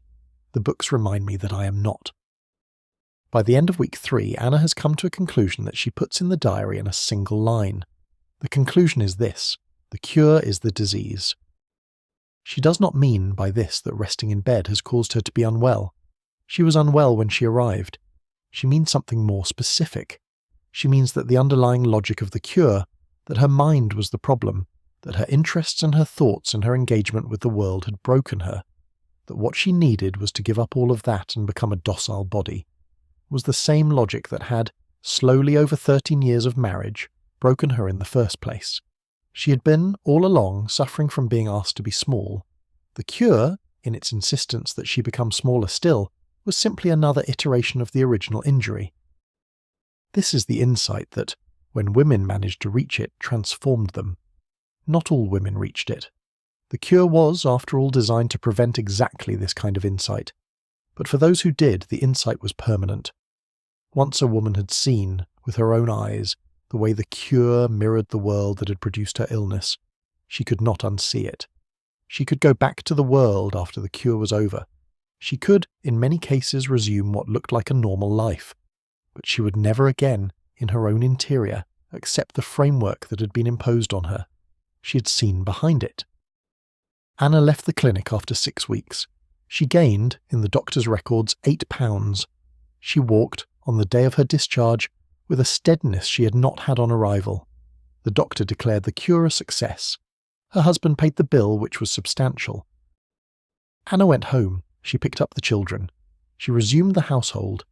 She sat opposite her husband at dinner that first night, and she ate what was put in front of her, and she answered his questions about how she felt, with the kind of small, reassuring phrases that the cure had trained her to provide. He was relieved. He believed she was better. In a way, she was. She was, for one thing, no longer weeping uncontrollably. She was no longer unable to leave her room. She was, on the surface, the woman she had been in the years before the breakdown. But she was also, in a way her husband would never quite see, somebody else. Somebody who had spent 6 weeks alone with her own mind. Somebody who had read Christina Rossetti under her bedsheets, while a paid stranger sat in the next room. Somebody who had concluded, in week 3 of her cure, that the framework of her own life was not adequate to the person she actually was.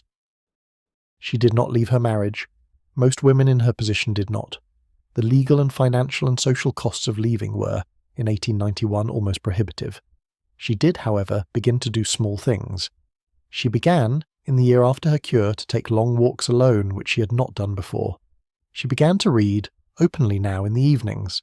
She began to write small pieces for the local women's magazine, signed with her initials only, which her husband disapproved of mildly but did not forbid. 20 years later, in 1911, Anna would be active in the suffrage movement in her town. She would speak occasionally at meetings. She would help organise a small library for working-class women. Her husband, who had aged into his 70s, would tolerate her activities with the kind of bemused indulgence that older men sometimes show toward the late-blooming public lives of their wives. He never knew about the diary. She kept it for her whole life, locked in a small wooden box in the back of her closet. After her death, in the 1930s, her granddaughter found it, read it carefully, and donated it to a historical society, where it remained in an archive for many decades before scholars began to take seriously the kind of source it represented. A woman's interior life during medical treatment. A woman's thinking during a period in which, by every official account, she was supposed to have been still. Anna's diary is one of the small underground rivers I mentioned earlier. There were many like it. Most of them have been lost. Some have survived in private papers, in the back of family local archives, in the back of family Bibles where letters were sometimes kept. Together they form a record of what was actually happening, not what the doctors thought was happening, in the bedrooms of America in the late 19th and early 20th centuries. What was happening was that women were thinking, slowly, carefully, against the explicit prescription of their treatment. They were thinking about their lives, and they were arriving at conclusions that the treatment was designed to prevent. I want to take you now to another woman, this time in England, because the rest cure was not only an American phenomenon, it travelled. By the 1890s it was being prescribed in London and Edinburgh, and as far as the country houses of Scotland. The English version of the cure had in some ways an even longer afterlife than the American version. In England, the cure remained a respectable medical option well into the 1920s. It was prescribed famously to the writer Virginia Woolf during several of her breakdowns. Woolf's own descriptions of the cure in her letters and in her novels are some of the most painful and most beautiful that we have. I'm not going to take you through Virginia Woolf's specific medical history tonight, because it is complicated and tender, and it deserves more time than we can give it in this part of our story. But I want to mention one thing about her experience, because it captures something specific about the English version of the cure that I think is worth pausing on. Woolf, who was given the rest cure several times in her life, hated it. She wrote about it with the kind of withering, precise contempt that she could bring to bear on things she'd thought about for a long time. In her novel, Mrs. Dalloway, published in 1925, she gives the rest cure to a male character, Septimus Warren Smith, a shell-shocked World War I veteran. The doctor in the novel, Sir William Bradshaw, prescribes the cure with absolute confidence, the same kind of confidence Mitchell brought to his prescriptions. Septimus, who has come to Bradshaw in real distress, is ordered to a country home where he will be separated from his wife, fed, and not permitted to think. The prescription drives him in the novel to suicide. Woolf was making, with this scene, a point about the cure that she'd been wanting to make for a long time. The cure, she suggested, was not just unhelpful, it was for some patients fatal, not because of any specific medical complication, but because the cure attacked the very thing that, for some people, was the only thing keeping them alive. Their own engagement with their own mind, their own work, their own sense of having something to contribute to the world. I find this a remarkable insight, because it suggests something about mental illness that the medical profession has only relatively recently begun to take seriously. Sometimes, for some people, the work is not the cause of the illness, the work is the cure. To take the work away is to remove the one thing keeping the person tethered to a sense of meaning. The Victorian doctors, who imagined that the work itself was the problem, had it exactly backwards in some cases. They were prescribing with great confidence the removal of the only thing that some of their patients had left. This is not to say, of course, that work is always the answer to mental illness. It is not. There are patients for whom rest is genuinely necessary. There are patients for whom withdrawal from too much engagement is a real and useful part of recovery. The truth, which the rest cure could not see because the framework was too crude, is that different patients need different things. That a treatment that helped a depleted soldier recover from physical wounds was not necessarily the same treatment that would help a woman whose illness had developed from years of being asked to be smaller than she was. The rest cure failed because it refused to make this distinction. It treated all nervous illness as if it were the same thing. It treated all patients as if their underlying condition were the same. It treated, in particular, all women patients as if the appropriate response to their illness was to make them more compliant, more domestic, more accepting of the lives they had been given. And for some women, this was not just an unhelpful intervention. It was, as Woolf understood, an attack on the very self that was already struggling to survive. I want to come back now to Charlotte. Because Charlotte's story does not end with her writing of the yellow wallpaper. The story is a beginning, in some ways, more than an ending. It marks the moment when Charlotte, having survived the cure, having gotten up from the bed, having decided that the framework was the problem, began to do the work that would make her one of the most influential American women of her generation.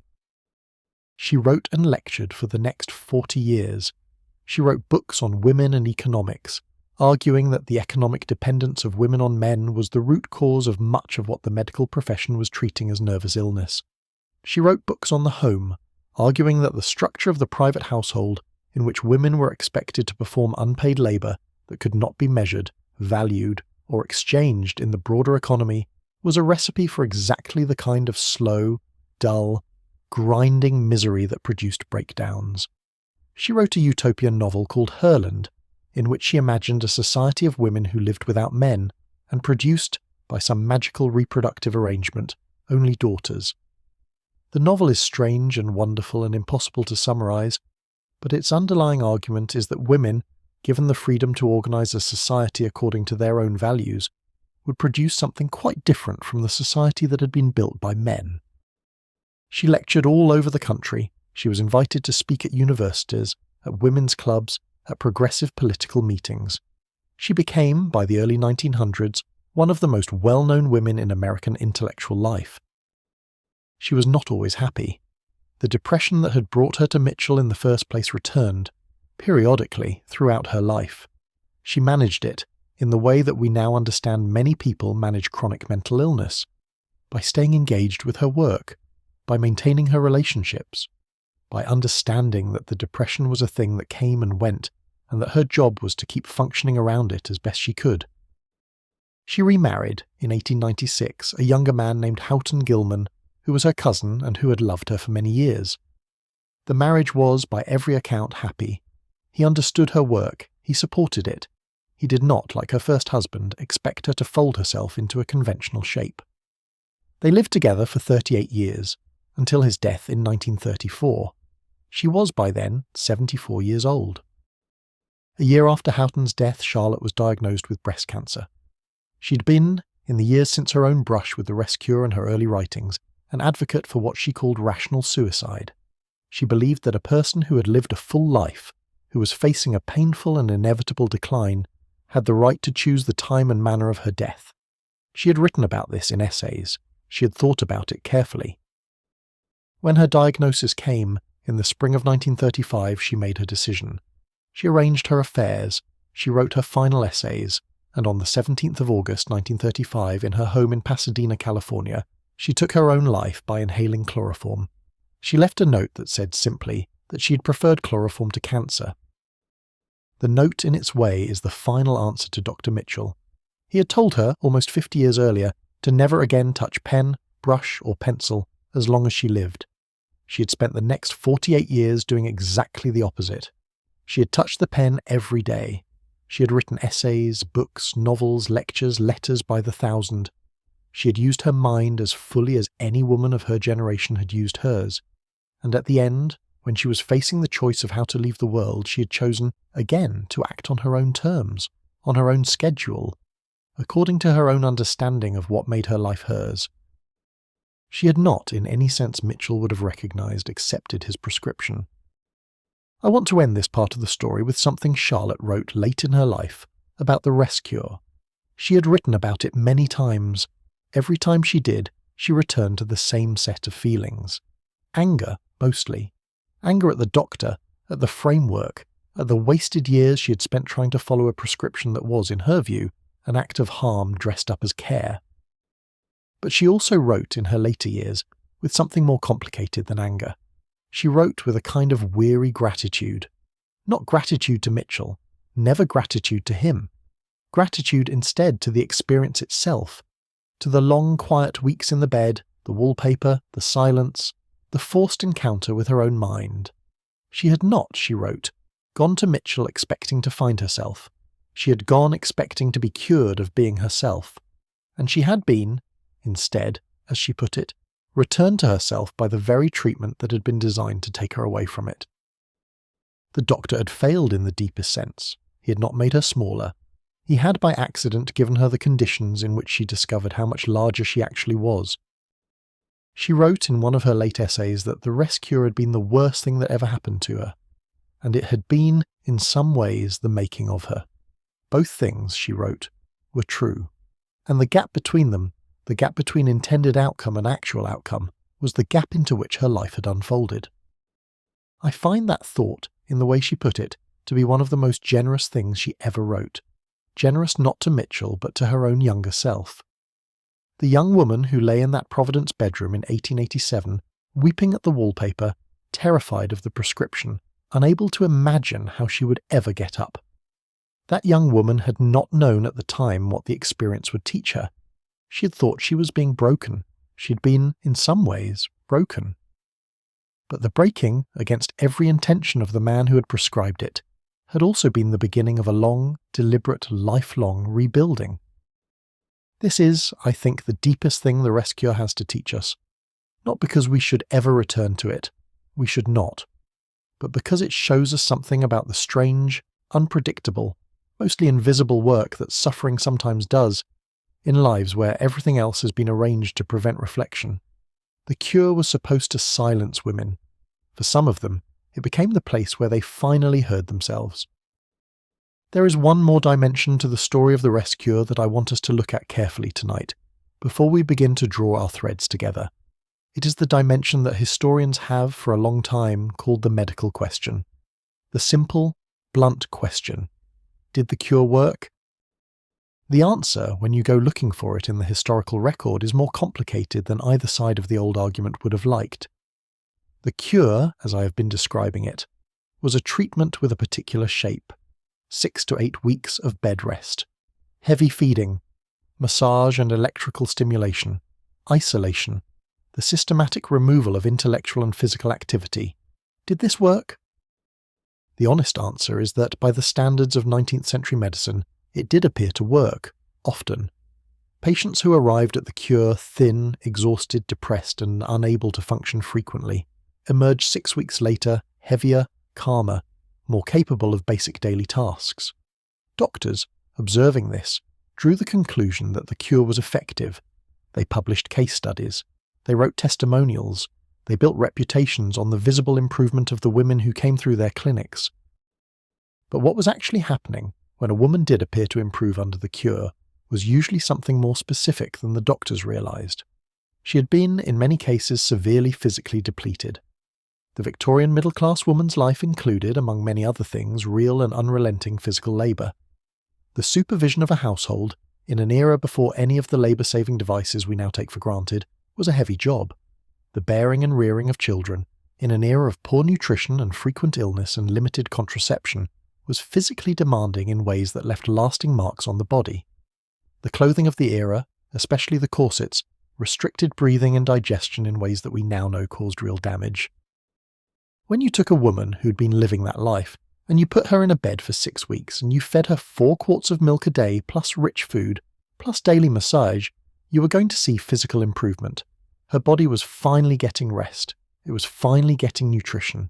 It was finally being touched by the masseuse in ways that would have been unusual for any other adult. The physical improvement was real. The mistake the doctors made was in interpreting the physical improvement as proof of their underlying theory. They believed that the cure was working because their theory of nervous exhaustion was correct. The simpler explanation, that a woman who was rested and fed and physically tended would feel better than a woman who was overworked and underfed and physically neglected, did not occur to them. Or if it occurred to them, it did not produce the same kind of professional satisfaction as the more elaborate theoretical account. So they kept the theory and counted the improvements, and felt that they were doing good work. But the physical improvement was only one part of what the doctors were seeing. The other part, which they also counted as success, was the change in the patient's behaviour. She became, by the end of the cure, less troublesome. She stopped weeping at unexpected times. She stopped insisting that something was wrong. She accepted the regimen. She accepted eventually the husband and the children and the household when she returned to them. She was, in the doctor's view, restored. This appearance of restoration was in many cases the result of something that we would now recognise as a kind of breaking. The woman had not, in many cases, been actually cured of her underlying distress. She had simply been worn down to the point where she could no longer express it openly. She had learned, in the long quiet weeks, that her distress was not going to be addressed, that nobody was going to ask what was actually wrong, that the only acceptable role for her in the social world she inhabited was the role of the cured patient. So she played the role. She returned home, she resumed the life.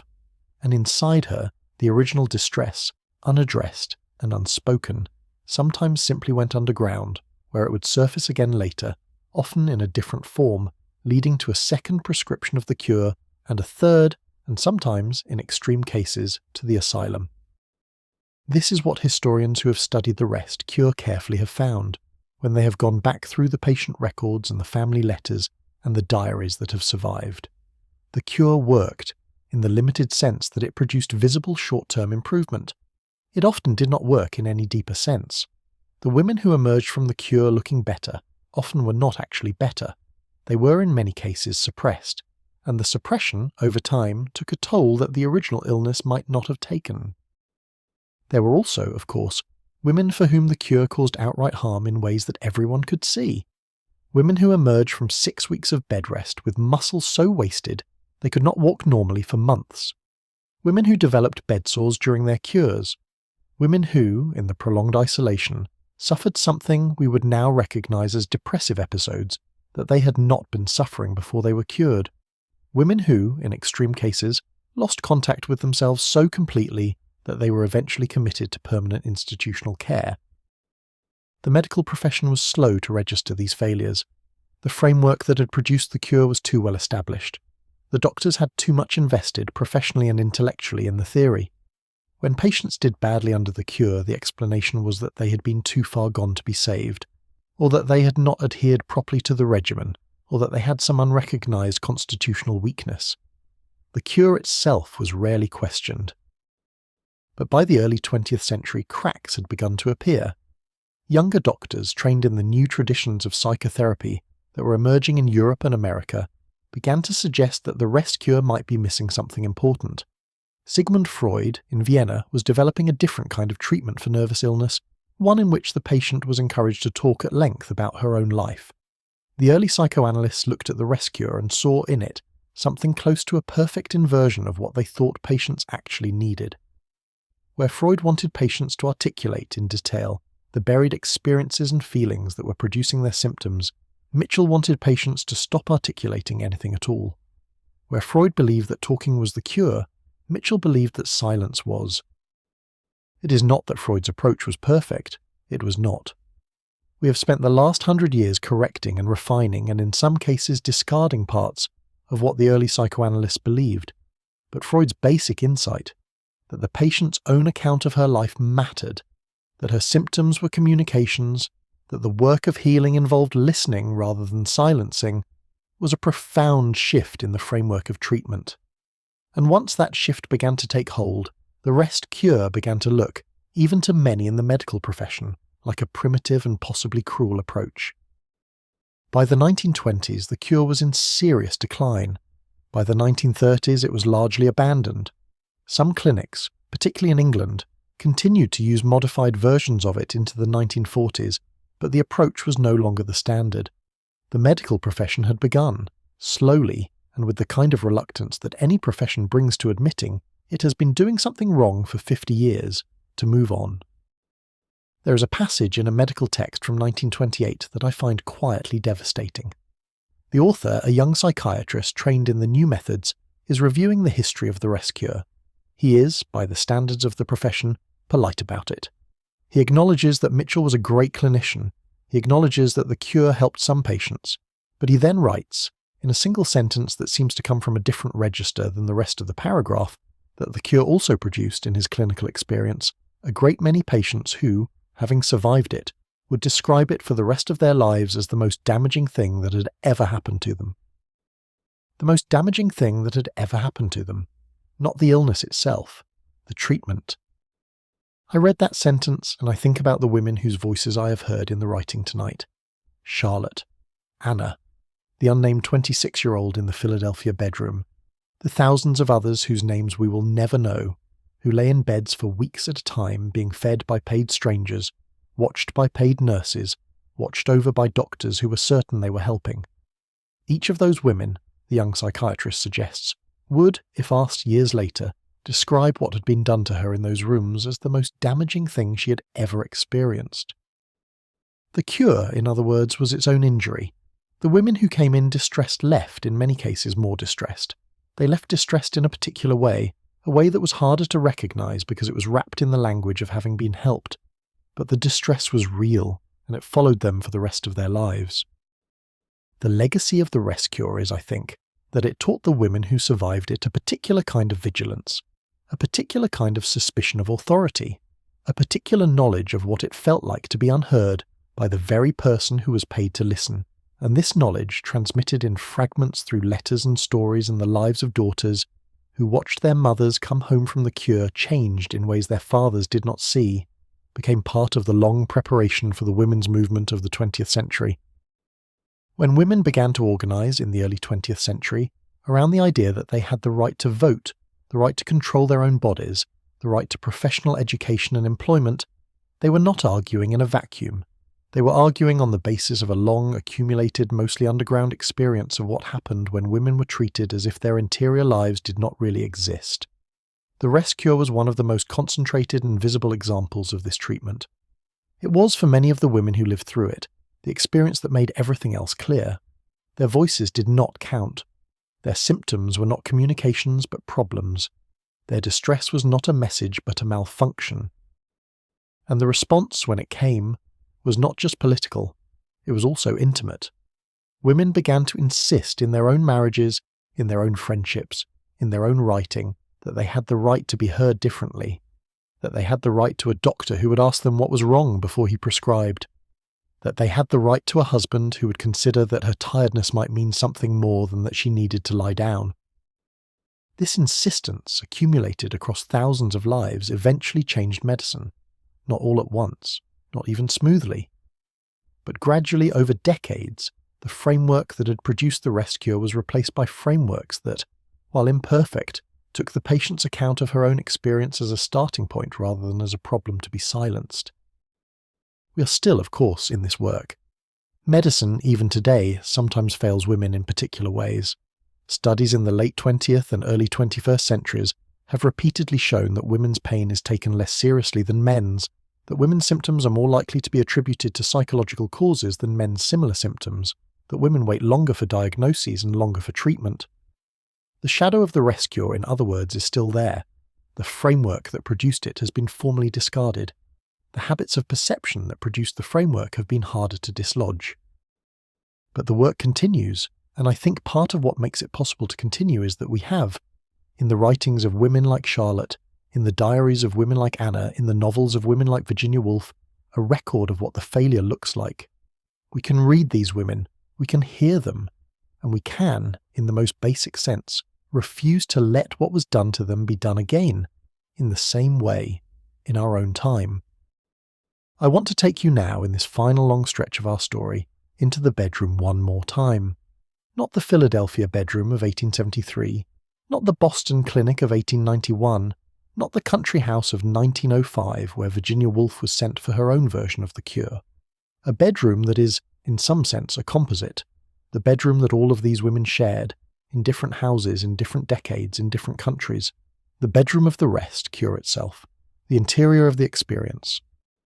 I want to take you back into that room slowly now, with everything we have learned over the course of the night, with the historical context, with the medical framework, with the voices of the women themselves, and I want to ask you to feel, as best you can, what it would have been like to be there, what it taught the women who survived it, and what we, sitting in our own time, can carry forward from what they learned. The room is small, we have established that. The bed is heavy. The wallpaper, depending on the room, is yellow or green or faded pink. The window is curtained. The nurse sits in the chair by the door. The clock ticks. The light moves across the wall. The patient is 26, or 29, or 33. She is married. She has children usually. She has been ill, in the medical sense, for some months or some years. She has come to this room because the doctor has said with great certainty that it is the only place she can be made well. She has, in agreeing to come, given up almost all of what she had thought of as her life. The cure will give it back, she has been told. The cure will return her to herself. In the first days, she rests. The rest is real. Her body, which has been pushed to the edge for years, finally begins to recover. She sleeps. She eats. She is grateful in a confused way to be cared for. She does not know, in the first days, that the cure is also doing something else. She thinks in the first days that the cure is exactly what she needed. By the second week, the rest has become difficult. The body has recovered enough that it wants something to do.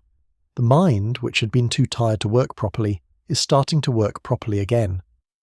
And what the mind starts to do, with increasing intensity, is examine. It examines her marriage, her motherhood, her childhood, her education, her ambitions, her failures, her regrets. It examines with the slow, patient, terrifying clarity that comes only in long isolation, the actual structure of her life, what she has built, what she has agreed to, what has been done to her, what she has, in some cases, done to herself. By the third week, she has begun, in many cases, to draw conclusions. The conclusions vary. Some are about her marriage, some are about her work, some are about her own interior, the parts of herself she's been suppressing for so long that she had almost forgotten they were there. The conclusions are not always coherent. They are not always actionable. They are often partial, hesitant, contradictory. But they are hers. They are in many cases the first thoughts she's had in years that are simply hers. By the fourth week, she has begun, in some cases, to plan. Not a revolution. The cure would not allow that. The room would not allow that. The body, still weakened by the long bed rest, would not allow that. The plan is small. The plan is something like, when I am out of this room, I will write again. Or when I am out of this room, I will speak more honestly to my husband. Or when I am out of this room, I will go for long walks, even if it is not the kind of thing other women do. Or when I am out of this room, I will read what I want to read, and I will not apologize for it, and I will make a small space in the day, somewhere, that is mine alone. These plans are, in the larger arc of women's history, modest. None of them individually would change the structure of the world. But they were, for the women who made them, transformative, because they represented, in many cases, the first time these women had ever made a plan that was not in the service of someone else. The first time the question, what do I personally want, had been allowed to come to the surface and stay there long enough to produce an answer. By the fifth and sixth week, the cure begins to wind down. The doctor visits and notes the patient's improvement. Her colour is better. Her weight is up. Her affect, as the medical jargon of the time put it, is calmer. She is, by every measurement available to him, cured. He prepares her for discharge. He gives her a list of instructions for her continued care. He charges her family the substantial fee. He moves on with confidence to the next patient. The patient, on her last day in the room, looks at the wallpaper one more time. She has, by now, memorized it.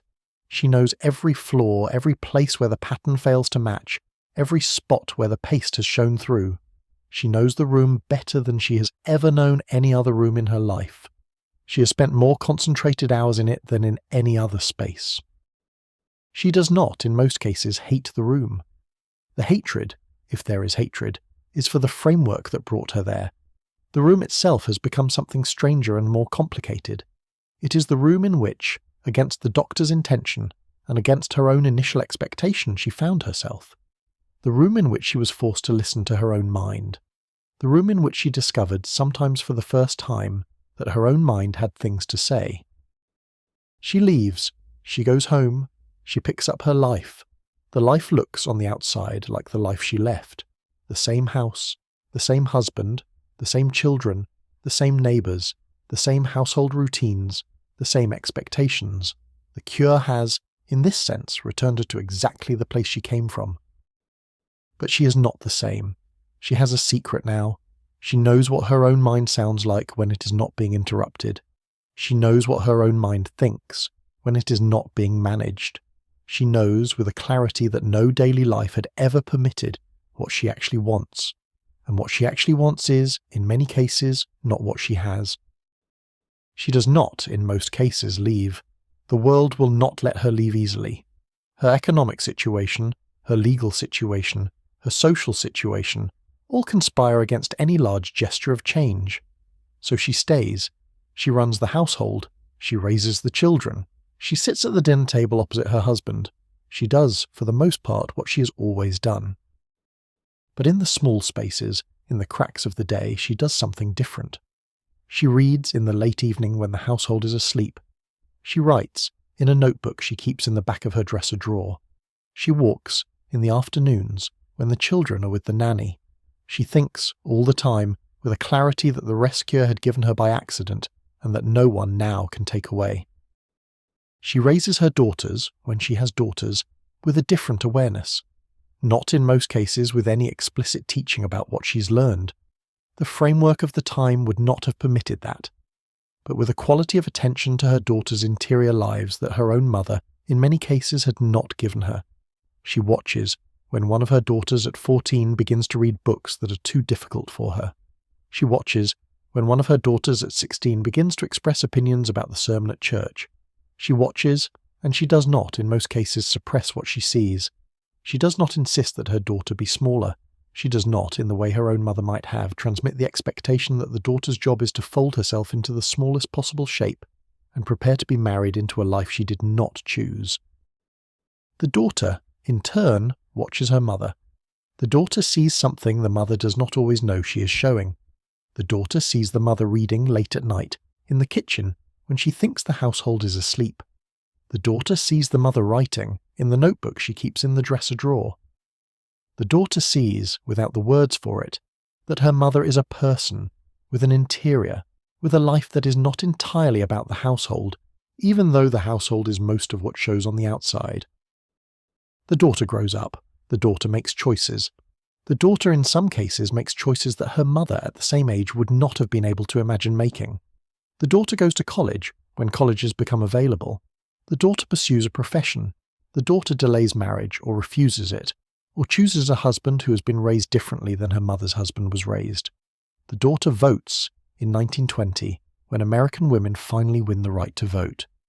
The daughter becomes part of the world her mother could only watch from inside the room. And the mother watching the daughter feels something she does not always have words for.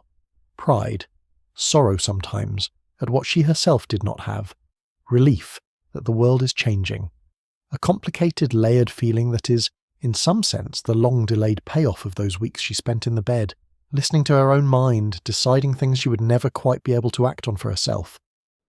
This is, I think, the deepest legacy of the rescue, not in any of the ways its inventors intended. The cure failed to do what it was designed to do. It failed to silence women. It failed to make them smaller.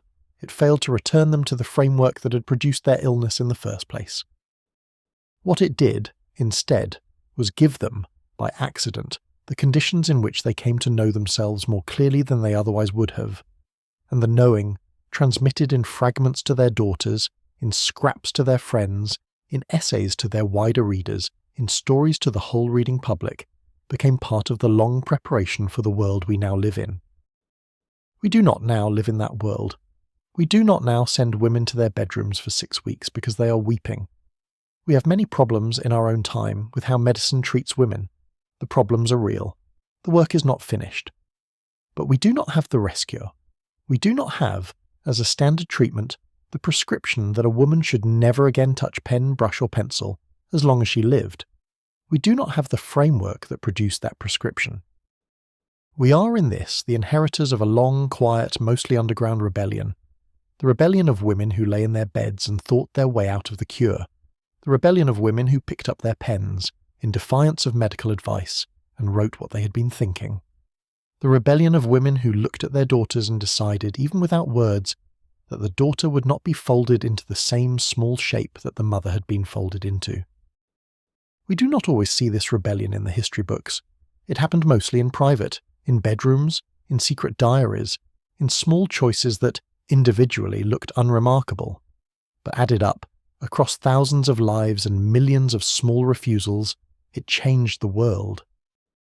I want to ask you now, in the last quiet stretch of this story, to think for a moment about your own life, not in any heavy way, just gently, as we sit here together at the end of this long evening of stories. Are there places in your life where you have folded yourself smaller than you needed to be? Are there parts of your own mind that you have been suppressing because the world around you has suggested they were inconvenient? Are there things you used to do when you were younger that gave you a sense of being yourself, that you have over the years allowed to drift away? I'm not asking you to answer these questions tonight. I am not asking you to do anything dramatic. I'm only asking you to notice, gently, that the questions exist.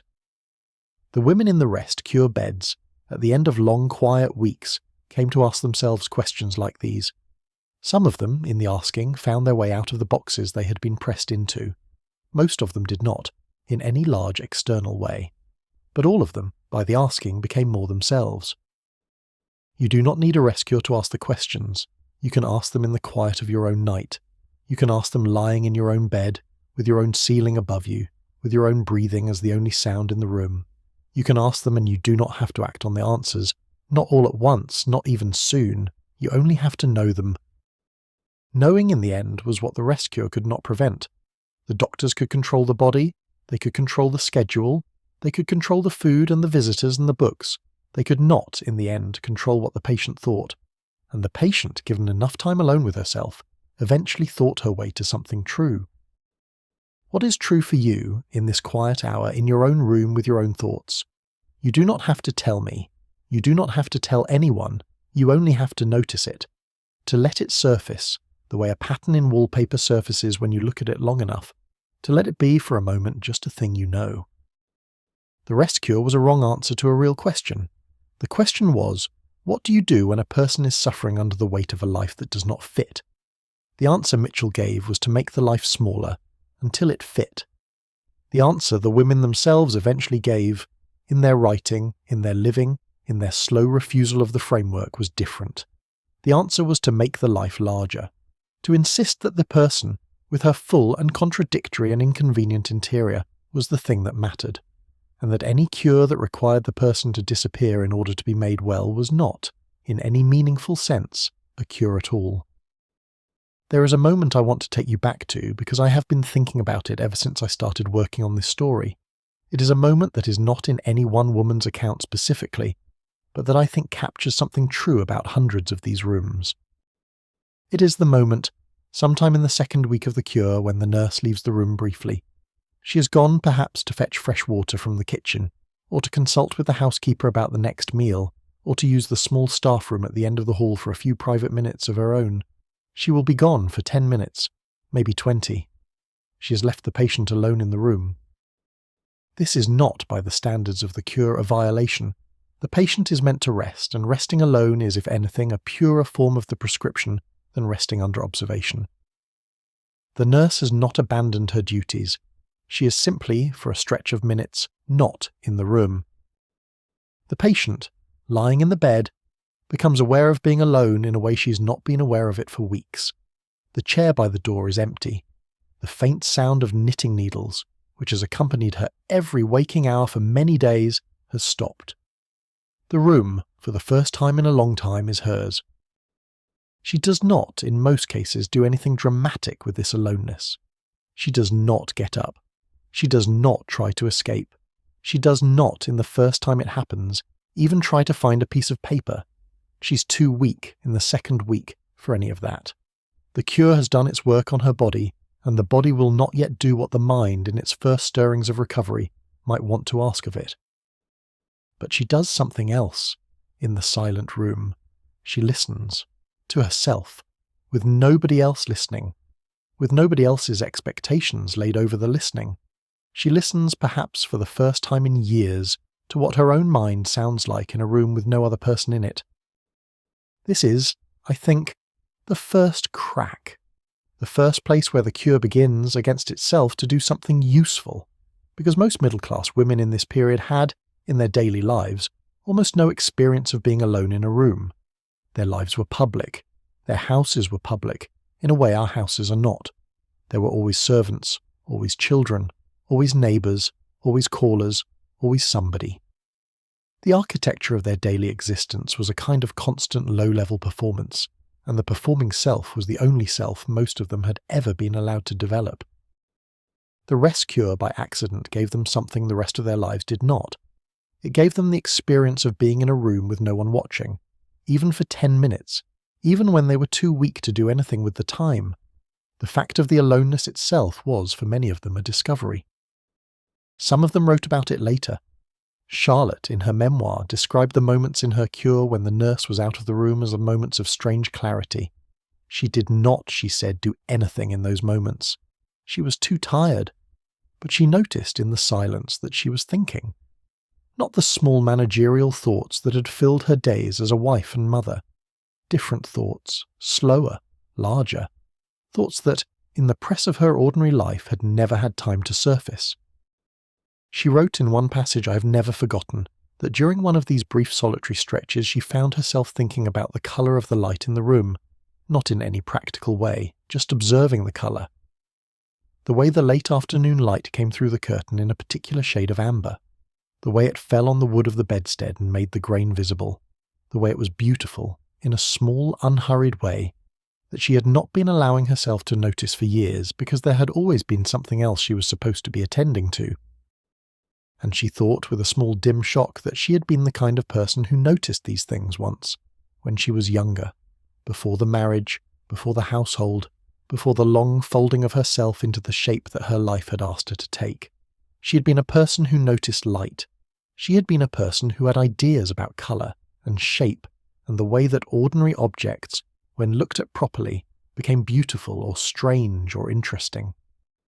She had not been allowed, in the years between then and now, to be that person, not because anyone had explicitly forbidden it, because the structure of her life had simply not had room for it.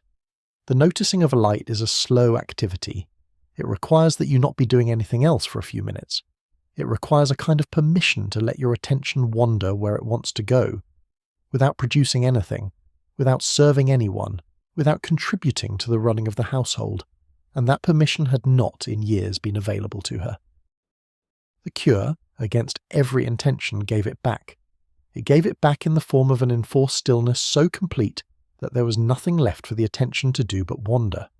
And in the wandering, the woman she had been before the folding began, the woman who noticed light and thought about colour and had her own opinions about the way ordinary objects looked, came back, slowly, hesitantly, not all at once, but she came back.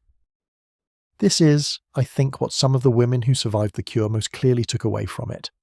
Not a political insight, not a manifesto, something quieter, the simple, unfamiliar experience of being a person whose attention belonged to herself, even for 10 minutes, even when she was too weak to use the attention for anything productive, even when nobody else in her household or her marriage or her social world would understand or value what she had recovered. She had, in the silent room, met herself, and the self she had met, even when nothing dramatic happened in the meeting, was a self she had not been spending time with. And once a person has spent time with herself, even briefly, even by accident, she does not, in most cases, fully forget how to do it again. The capacity once awakened stays. I want you to think for a moment about your own attention. Where does it actually go in the run of an ordinary day? Who is it serving? Who is it directed toward?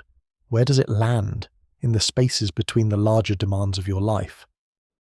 For most of us, the honest answer is that our attention belongs almost entirely to other people, to our work, to our families, to the small managerial tasks of running a life, to the screens that present us with continuous demands for our attention, dressed up in entertainment but operating fundamentally as another set of claims. The Victorian women in those bedrooms were given, by accident, something we have almost entirely lost. The experience of having attention that belonged to nobody but themselves, even briefly, even painfully, even in conditions that nobody would now choose. I'm not saying we should reproduce those conditions. I'm only saying that we might notice what they made possible by accident, and we might ask whether there is some smaller, kinder version of that experience that we can give ourselves on purpose. A few minutes a day, a walk without a podcast, an evening without a screen. The simple, almost obsolete experience of being alone with our own attention, for long enough that we start to remember what it sounds like when it is not being borrowed by anyone.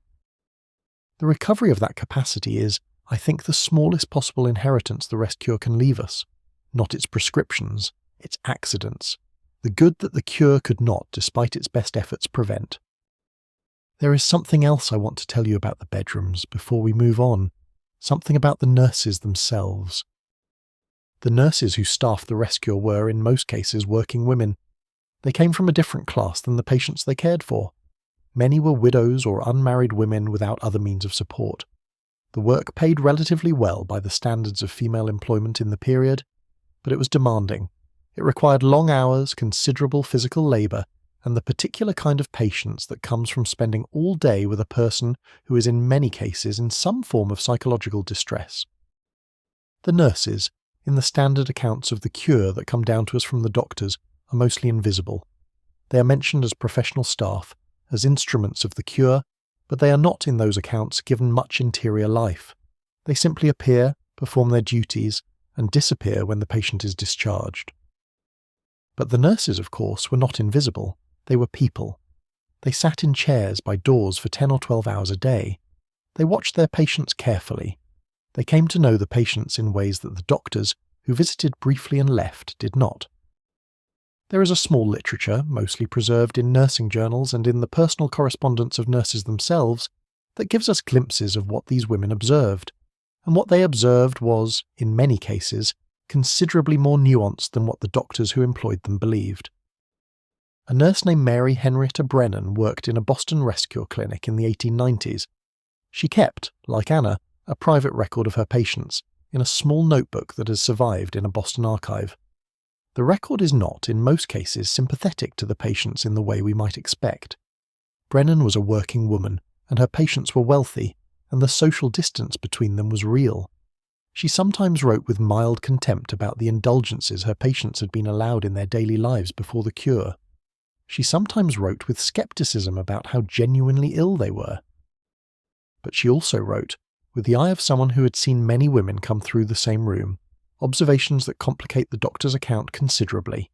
She noticed, repeatedly, that her patients tended to improve in the first week and then, around the second week, to become more agitated rather than less. She noticed that the women who improved most reliably were the women who arrived in the most depleted physical condition, and that the women whose distress was less obviously physical, the women whose underlying problem was, as she put it, of the mind rather than the body, tended to do less well under the cure. She did not, of course, have the framework to understand what she was seeing.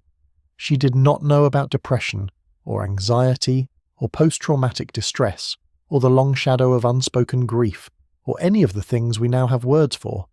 But she saw, with a working nurse's plain attention, that the cure was a blunt instrument, that it worked for some patients and not for others, that the doctor's confidence in it was not always borne out by what she observed across the long days of her sitting in the chair. Brennan also wrote with surprising directness about what some of her patients said to her in the moments when no one else was in the room. The patients, she observed, often talked to her in ways they did not talk to their doctors. They told her things about their marriages. They told her things about their children.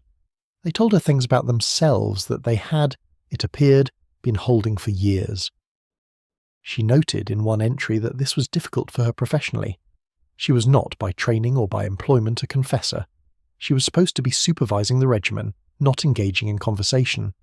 The doctor would not have approved of the patient unburdening herself to the nurse. But she also noticed that the unburdening in many cases seemed to do the patient good. Not in any way that the medical framework recognized, but in a way Brennan, sitting in her chair, could see. She wrote, in a phrase I have thought about a great deal, that the women came to her in pieces and sometimes left her, by the end of the cure, having handed her a few pieces they no longer needed to carry. I find this image extraordinary. It suggests something the doctors did not see and could not see. The cure, whatever else it was doing, was also in some cases serving as a context in which the patient could, for the first time in her adult life, tell another person, an adult woman who would not interrupt and would not judge in the ways the rest of her social world judged, what was actually happening inside her. The nurse was not a therapist. She did not, in most cases, offer interpretations or guidance. She simply listened sometimes when the patient began to talk, and the listening by itself in many cases was the most useful thing that happened in the entire cure. It was the listening that the doctor was supposed to be providing and was not. It was the listening that the husband had not been able or willing to provide. It was the listening that the patient's own mother had, in many cases, never given her. The listening was what her life had been lacking, and the cure, by accident, by virtue of having put a woman in a chair next to her bed for hours every day, gave it to her. This too is part of the strange unintended legacy of the rest cure. It demonstrated, without anyone meaning to demonstrate it, that what some women needed was not silence, but a particular kind of listening. The kind they did not get from the men in their lives. The kind that, for a brief professional period, in the limited setting of a hired sick room, they did get from a woman who was paid to sit there. When the early psychotherapists began, in the early 20th century, to develop what would become modern psychoanalysis and its many descendants, they were, in some sense, formalizing what the nurses had already discovered, that the patient, given the time and the safety to talk, would talk, and that the talking, when it happened in the right conditions, was itself a form of healing that no purely physical intervention could replicate. The doctors who replaced the rest cure with talk therapies were, in most cases, men. The earliest analysts were almost exclusively men. They did not, in their official histories, give credit to the nurses who had, in the rooms they themselves were treating, observed the same phenomenon decades earlier without having the framework or the professional standing to publish their observations. But the observation had been there. It had been there in the sitting rooms of Mary Brennan and her colleagues. It had been there in the small notebooks of nurses we will never know by name. It had been there in the long quiet afternoons of countless rest cure rooms, where women who had been told they could not speak found themselves, against the prescription, speaking and being heard. The legacy, in this sense, is not just the women who emerged from the cure changed. It is also the long underground transmission of an insight that the medical profession would eventually, decades later, formalize as therapy. The insight that listening matters, that the patient is not just a body to be managed, that what is happening inside her, told in her own words in her own time, to a person who will not interrupt, is part of the territory of healing. The nurses knew this before the doctors did. The patients, who were the ones doing the talking, knew it before the nurses did. The doctors were the last to come around, and the rest cure, in the end, was the place where this knowledge accumulated, in fragments, in small notebooks, in the private correspondence of nurses and patients who had, in the long hours of an enforced regimen, found a use for the time that the regimen had not anticipated. I want to take you now somewhere I have been hesitant to go, but that I think we should not avoid, the dark side, the cases where the cure did not produce even by accident anything good, the cases where the cure simply, plainly, did harm. There is a woman whose name I will give you, because her case has been documented in the medical literature and in the family records that survive her. Her name was Alice James. She was the sister of the philosopher William James and the novelist Henry James, two of the most famous men in American intellectual life in the late 19th century. She was, by the testimony of everyone who knew her, brilliant. Her diary, kept in the last years of her life and published after her death, is one of the most striking American works of personal writing of the 19th century. She had, by every account, a mind that was the equal of either of her famous brothers. She was also chronically ill, in ways that 19th century medicine could not diagnose and could not effectively treat. She had episodes of what was then called nervous breakdown, episodes of acute physical pain, episodes of paralysis that came and went without obvious cause. She was treated over the years by many of the most eminent doctors of her time. She was prescribed the rest cure on multiple occasions. She tried, with considerable courage, to follow what they prescribed. None of it worked. She got worse. By her 30s, she was confined to her bed for long stretches, dependent on companions for almost all of her physical care. She moved to England, in part because she'd inherited enough money to live there, and because the medical care available there was no worse than what was on offer in Boston. She lived, in her final years, in a small apartment in Kensington, attended by a beloved companion named Catherine Loring, who was the great love of her life. In the last year before her death, in 1892, Alice was diagnosed with breast cancer. The diagnosis, she wrote in her diary, came as a relief. It was the first time, after decades of ambiguous and untreatable illness, that a doctor had told her something specific was wrong with her body that could be named and pointed to. She wrote that she felt, after years of being told that her illness was nervous, that her body was finally vindicated. She had not, after all, been imagining the suffering. There had been something there. It was, in the cruel way that history sometimes works, only the diagnosis of the cancer that finally allowed her to feel that her body had been telling her the truth all along. She died in March of 1892, at the age of 43. Her diary, published after her death, became a touchstone for later generations of readers, who saw in her case a kind of distillation of what 19th century medicine had done to women. Not because Alice was a typical case, she was not. She was, in the specific severity and chronicity of her illness, unusual. But because her case showed, in extreme form, what happened when a woman of unusual intelligence was repeatedly told that her unusual symptoms were the product of an unusual nervous system, and was prescribed treatments designed to shrink her interior life, rather than to engage with what it was actually trying to communicate. Alice was given the rest cure.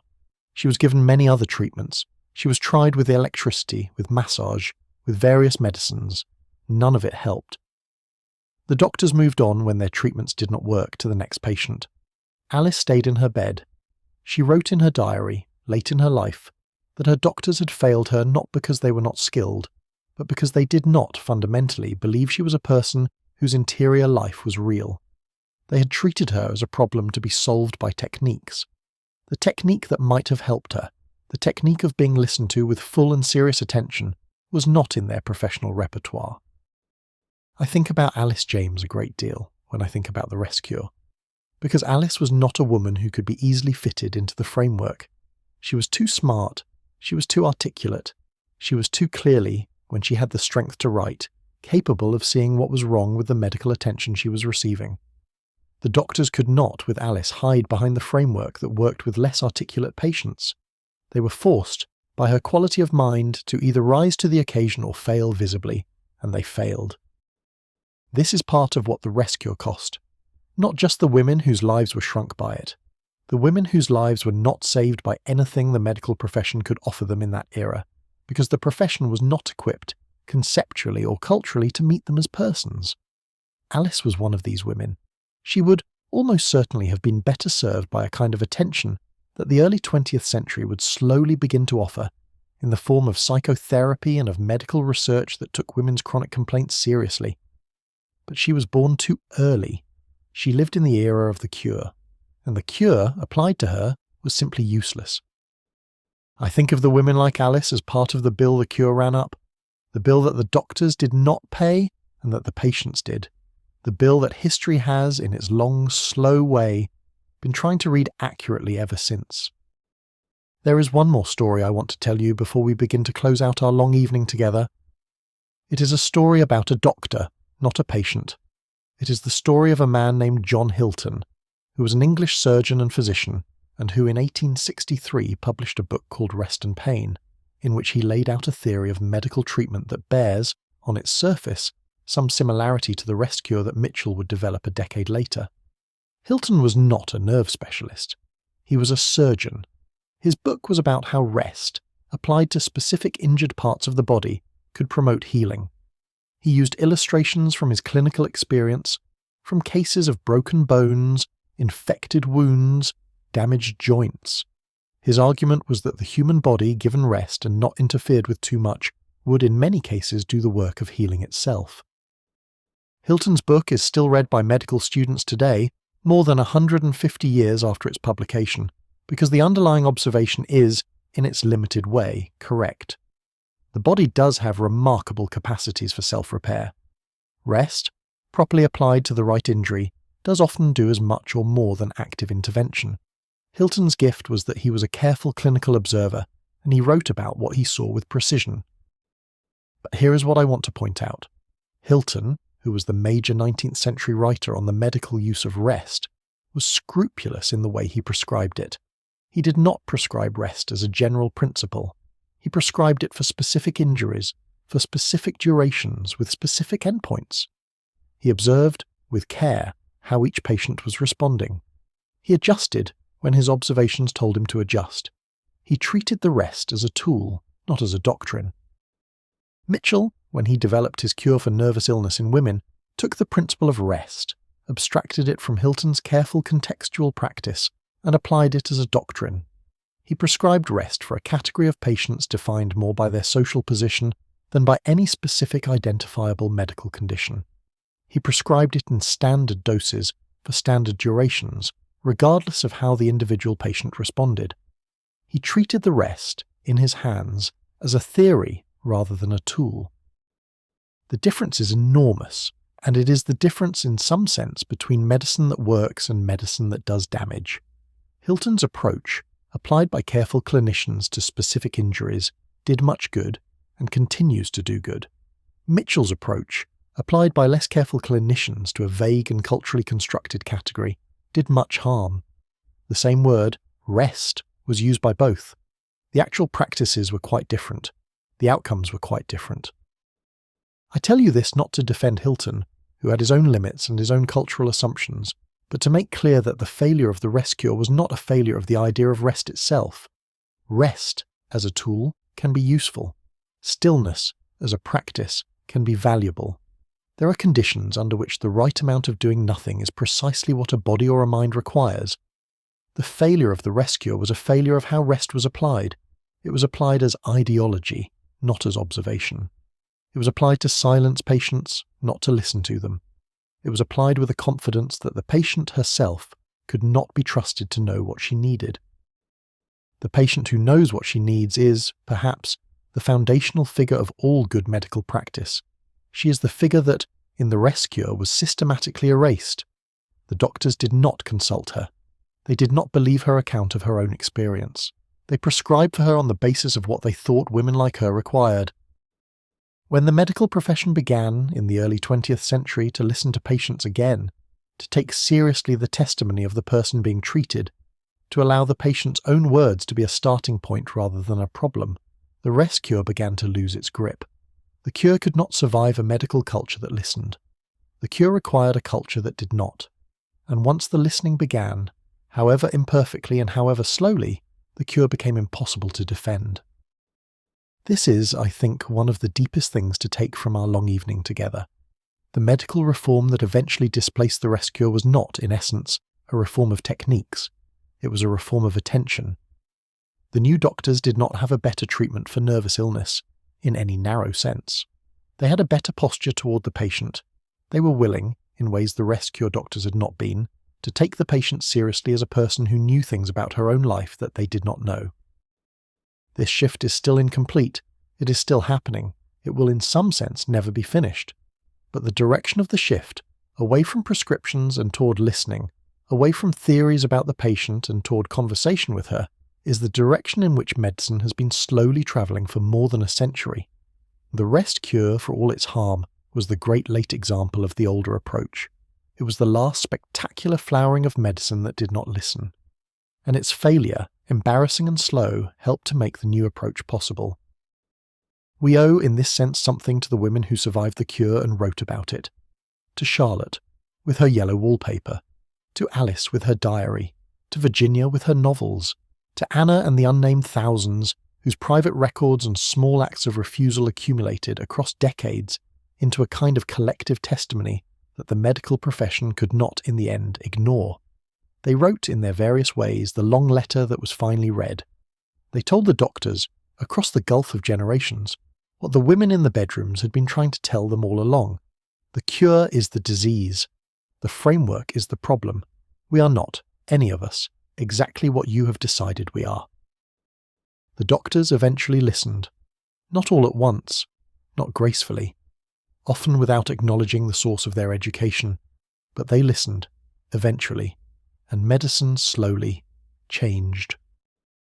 I want to come back in the last quiet stretch of this story to something simple, to you sitting wherever you are, to the room around you, to the quality of your own attention in this moment.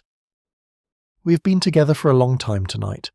We have moved through bedrooms and clinics, through theories and prescriptions, through the lives of women whose names you may not have known when you began listening, and whose names I hope you will not entirely forget. The story is, in many ways, a difficult one. It is a story about how a culture's blindness to women's interior lives became formalized into a treatment that did real harm. It is a story about how that harm was perpetrated by men who, in many cases, sincerely believed they were doing good. It is a story about the cost of the gap between what a person actually is and what a culture has decided she should be. But it is also, and I want this to be the note we end on, a story about resilience, about what people can do in the smallest spaces given to them when they are pressed beyond what they can bear and find that they have, in some unexpected reserve, the capacity to bear it. The women in the rest cure rooms did not in most cases choose their cure. They did not in most cases have a way to refuse it. They were not heroes in the public sense. They did not march. They did not write manifestos. Most of them did not even in their own lifetimes become public figures. But they did, in the long quiet of the cure, do something extraordinary. They thought. They listened to themselves. They came to know, with a clarity their daily lives had never permitted, what they actually thought and what they actually wanted. And the knowing, which they could not always act on, which most of them carried home in private, which they passed to their daughters in fragments and to their friends in letters, and to history, in the few cases where they wrote things down, was the seed of everything that came after. That everything we have now in terms of women's place in the medical world, in the political world, in the world of work, in the world of public conversation, was built by women who started, in many cases, in rooms much smaller than the rooms we now inhabit. Started in beds, in some cases. Started with no permission to write. Started with their hands stilled and their minds, somehow, against everything, working anyway. I want to ask you before we close to think about what you carry that came from women like these. Not necessarily women you knew, not necessarily women with names, the general inheritance. The fact that you have in your own life freedoms and capacities that were not, 150 years ago, available to women in the same situation. The fact that you can, if you are a woman, do work that you choose, read books that you choose, refuse marriages that do not fit, write what you think and have it published, vote, own property, decide in many ways the shape of your own life. These freedoms were not given. They were taken, slowly, painfully, often invisibly, by women who started in conditions that we would now find unbearable. Some of them, the famous ones, we know about. Most of them, we do not. They lived their lives and made their small refusals and passed something on to the next generation, and the next generation built on what was past, and eventually, after many generations, the world we now live in came into being. It is not a finished world. The women who lay in the rescue beds would, if they could see us now, see freedoms they could barely have imagined. They would also see, I think, problems they would recognize. The way medicine still sometimes fails to listen to women. The way work in the modern economy still demands of many women a doubling of effort that men of the same skill do not have to provide. The way the framework, even now, still has, in places, a way of telling women that their distress is the wrong kind of distress, that their ambition is the wrong kind of ambition, that their interior lives are not, in some basic sense, fully real. The work, in this sense, is not finished. We are still, all of us, in the long arc of what those women started. The work of insisting on being heard. The work of refusing frameworks that do not fit. The work of making small spaces in our ordinary days where our attention belongs to us and we get to decide what we think and what we want and what we're going to do. It is small work in many cases. Most of it is invisible. It happens in private in moments that nobody else will witness. But it is, I think, the most important work there is. The work of being, more fully than the world quite invites us to be, ourselves. The Victorian women in those bedrooms knew this work. They learned it against their will in the conditions of their cure. They did not in most cases ask to learn it that way. They would have preferred almost certainly to live their lives in some easier way. But the way they were given was the way they had, and what they did with it, in the silent rooms, was to think their way to a kind of clarity that the larger world had been trying very hard to prevent. We now do not need the rescuer to do this work. We can do it in our own ways, in our own time, in our own rooms. We can do it gently. We can do it without anyone forcing us to. We can do it, in fact, while taking care of ourselves in all the ways the rescuer could not. While eating well, while sleeping properly, while moving our bodies and engaging with our minds and seeing the people we love and doing the work we have chosen. The work of being yourself does not, it turns out, require a sealed room and a paid nurse. It requires mostly a small daily commitment to listening to your own thoughts, to noticing what your attention does when you let it go where it wants, to being, even briefly, in your own company without trying to fix anything or improve anything or accomplish anything. The Victorian women learned this work the hard way. We can, if we want, learn it the easier way, by choosing it, by making small spaces for it, by understanding that the framework that would tell us our interior lives are less important than the demands of our outer lives is the same framework that 150 years ago sent women to bedrooms where they were forbidden to write. The framework has shifted. It has not entirely gone away. It still tells us, in different language, that what matters about us is what we produce for other people, and that our interior lives are a kind of optional accessory to the more serious business of meeting other people's expectations. The framework was wrong then. It is still wrong now. The women in the bedrooms knew it. We can, if we listen to them, know it too. I want to leave you with one final image. It is not from the historical record. It is something I have thought about while putting together this story that I think captures something I want you to carry away from tonight. Imagine a young woman, sometime in the 1920s, sitting at a table in a kitchen. She's in her 30s. She's the daughter of a woman who, in the 1890s, was sent for the rescue. She does not, perhaps, know all the details of what her mother experienced. The mother did not, in most cases, talk about it directly. But she knows, in the way daughters know, that her mother carried something, that there were silences in her mother's life that meant something, that her mother, late at night when she thought the household was asleep, used to write in a notebook in the kitchen. The daughter has, in the world of the 1920s, more options than her mother had.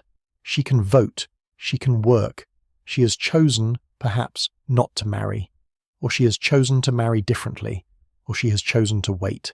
The point is that she has chosen. She is sitting at the kitchen table at midnight with a cup of tea. She is reading. She's reading perhaps a book by Charlotte Perkins Gilman, who has, by this point, become a well-known American writer. She's reading the woman who, a generation earlier, was prescribed the rescue. She's reading the woman who refused to follow the prescription. She's reading the woman who, by writing what she wrote, helped to make the daughter's own life possible. She finishes the chapter. She puts the book down. She sits, for a moment, in the quiet kitchen. The house is asleep. She thinks about her mother, who is now elderly, sleeping in the next room. She thinks about her grandmother, who is no longer alive. She thinks about the long line of women going back and back, who lived in conditions she does not have to live in. She thinks, with the simple gratitude that only sometimes comes to us in late hours, that she is the inheritor of something she did not earn, that the freedom she has in this kitchen, in this quiet moment, in her ability to choose to read and to think and to live the life she has chosen, was bought for her by women she will never know, by women in bedrooms, by women who wrote in notebooks under their pillows, by women who decided in long quiet weeks of being silenced that they would not finally accept the silence. She finishes her tea. She closes the book. She goes to bed. She does not, in the morning, do anything dramatic. She simply lives her life, the life that has been made possible in part by the long underground work of the women before her. This is, I think, what most of us inherit. Not, in most cases, dramatic stories. The ordinary fact of having more space than the women before us had. The ordinary fact of being able to do, in our daily lives, things that they could only do in secret, or could not do at all. The ordinary fact of being the inheritors of a fight we did not, in most cases ourselves, have to fight in its hardest forms. What we owe in return is to keep the work going, to pass on to whoever comes after us, more space than we ourselves were given, to keep in our own rooms the small daily practice of being ourselves, to keep listening to our own thoughts, to keep making, in the quiet spaces of our lives, the small choices that, accumulated over generations, become large changes. The rescue failed because it tried to silence women, and women turned out to be, even in the most silenced conditions, finally unsilenceable. They thought their way out, they wrote their way out, they lived their way out, and they left us. In the rooms they had no choice but to lie in, a kind of inheritance of stubborn quiet thought that we can, if we want, keep alive. The bedrooms are gone mostly. The doctors who prescribed the cure are long dead. The framework that produced them is officially abandoned. But the questions the women ask themselves in those long stillnesses are still good questions. Who am I, when no one is asking me to be anything in particular? What do I think when I am not being told what to think? What do I want in the quietest part of myself that I have not allowed myself to want, because the world has been suggesting that wanting it is impractical? These questions are not luxuries. They are, the women in the bedrooms knew, the foundation of any life that is honestly your own. They were forced to ask them in conditions we would not choose. We can ask them in conditions we choose. The asking is the same. The asking is what makes the difference. I want to thank you sincerely for spending this evening with me. Stories like this one take a long time to tell properly, and the fact that you have stayed with me through all of it means more than I can quite say. The world we live in is loud, and the willingness to sit for a long quiet evening with the lives of women who are no longer here is a small but real act of attention. It is, in its way, exactly what those women were trying to teach us. That attention, given carefully and given to the right things, is one of the most valuable things we have. Before we go, I want to add one more layer to what we have been talking about, because I think it matters and I have been turning it over in my mind for some time now. We have spent the evening with the rest, cure as a phenomenon. We have looked at it from inside the rooms. We have looked at it from the patient's point of view. We have looked at how it failed and how the failure produced in unexpected ways the conditions for women to know themselves more clearly. But there's a question I have not directly asked, and I think it deserves to be asked even at this late hour. The question is, what made the rest cure possible in the first place? Not just possible, but respectable. Not just respectable, but fashionable. It was not, in its time, an obscure or marginal practice. It was the standard treatment, prescribed by the most prestigious doctors, taken seriously by the most educated families, paid for at considerable expense by people who genuinely believed they were getting the best available medical care. What kind of culture produces a treatment like this?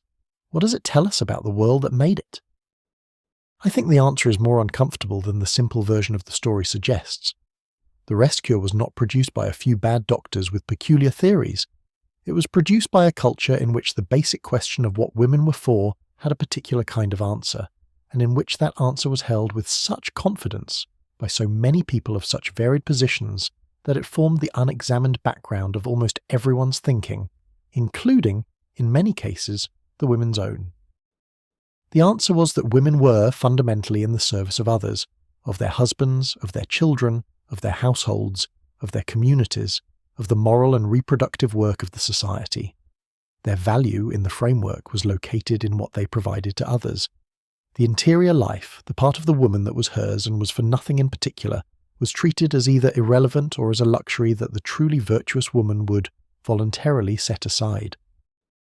This framework was not, I want to emphasize, held only by men. Many women held it too. Catherine Beecher held it. Many of the women who wrote advice books for younger women held it. Mothers transmitted it to their daughters. Sisters reinforced it in each other. The framework was the air everyone breathed. It was not, in any straightforward sense, a conspiracy of men against women. It was a deep cultural assumption that almost everyone in the culture, at least at the level of explicit belief, accepted. And the rest cure, with its prescription that the woman should set aside her work and her writing, and her engagement with the world, and devote herself, when well, to the duties of the household in which her true happiness lay, was simply the medical expression of the cultural assumption. It was the framework applied with clinical rigour to a body that had begun to fail under the weight of the framework itself. This is part of why the cure was so seductive to the doctors who prescribed it, and the families who paid for it. It told them what they already believed. It located the problem where they already believed the problem must be located, in the woman herself, in her inability to live the life she'd been given. It offered a treatment that, even when it failed, did not threaten the framework. The patient was the problem. The framework was, in any case, beyond question. This is also part of why the cure was so destructive when it was applied to women whose underlying problem was the framework itself. To women who were, in the deepest sense, not wrong about anything. To women whose suffering was a perfectly accurate response to lives that had become unsustainable. To these women, the cure was not just medically useless. It was, in a particular and terrible way, a betrayal. It told them, with the full authority of the medical profession, that the message their bodies and minds were sending was a malfunction, that the truth they were trying, however inarticulately, to tell themselves was a symptom to be silenced. To recover from this kind of betrayal, a woman needed to come, eventually, to the conclusion that the medical profession was wrong, that the framework was wrong, that she herself, in the parts of herself she had been told were the problem, was actually the most reliable witness to her own situation. This conclusion was not easy to reach. It required her to overrule in her own mind the unanimous testimony of her doctors, her husband, her relatives, her culture, and often her own internalized voices. It required her to trust, against everything she had been taught to trust, the small interior signal that said something is wrong here that is not me. The women who reach this conclusion, who manage to trust the signal against the chorus, are the women whose stories have come down to us. They are not the typical women. The typical women, I suspect, did not reach the conclusion. They internalized instead the framework's verdict. They believed that they were the problem. They lived with that belief, often for the rest of their lives. They are not mostly in the historical record because they did not write things down, or, if they did, the things they wrote down conformed to the framework rather than challenging it. The exceptional women, the ones who did challenge it, did so because something in them refused, against all the pressure to acquiesce, to accept the verdict. What was that something? I have thought about this question a great deal. I am not sure I have a clean answer. It seems to have to do in part with the particular shape of the woman's intelligence. It seems to have to do in part with the books she had read. It seems to have to do in part with chance encounters, with friends, with snatches of overheard conversation, with the specific small pieces of evidence that, in any given woman's life, suggested to her that the framework was not in fact universal, and that other ways of being were possible. But beyond all of this, I think there was something simpler, something almost biological. The animal capacity in some humans to refuse, even at considerable cost, to accept a description of themselves that does not fit. The capacity to say, against all the voices urging acceptance, no, this is not me. The capacity to know, in the face of every authority telling you otherwise, that you have the better information about your own interior. This capacity is not, I think, a moral virtue. It is closer to a physical reflex, like flinching from a flame. It is the part of the self that, when something is genuinely wrong, refuses to be talked out of knowing it. The women who survived the rest cure with their selves intact had this reflex. They flinched from the framework.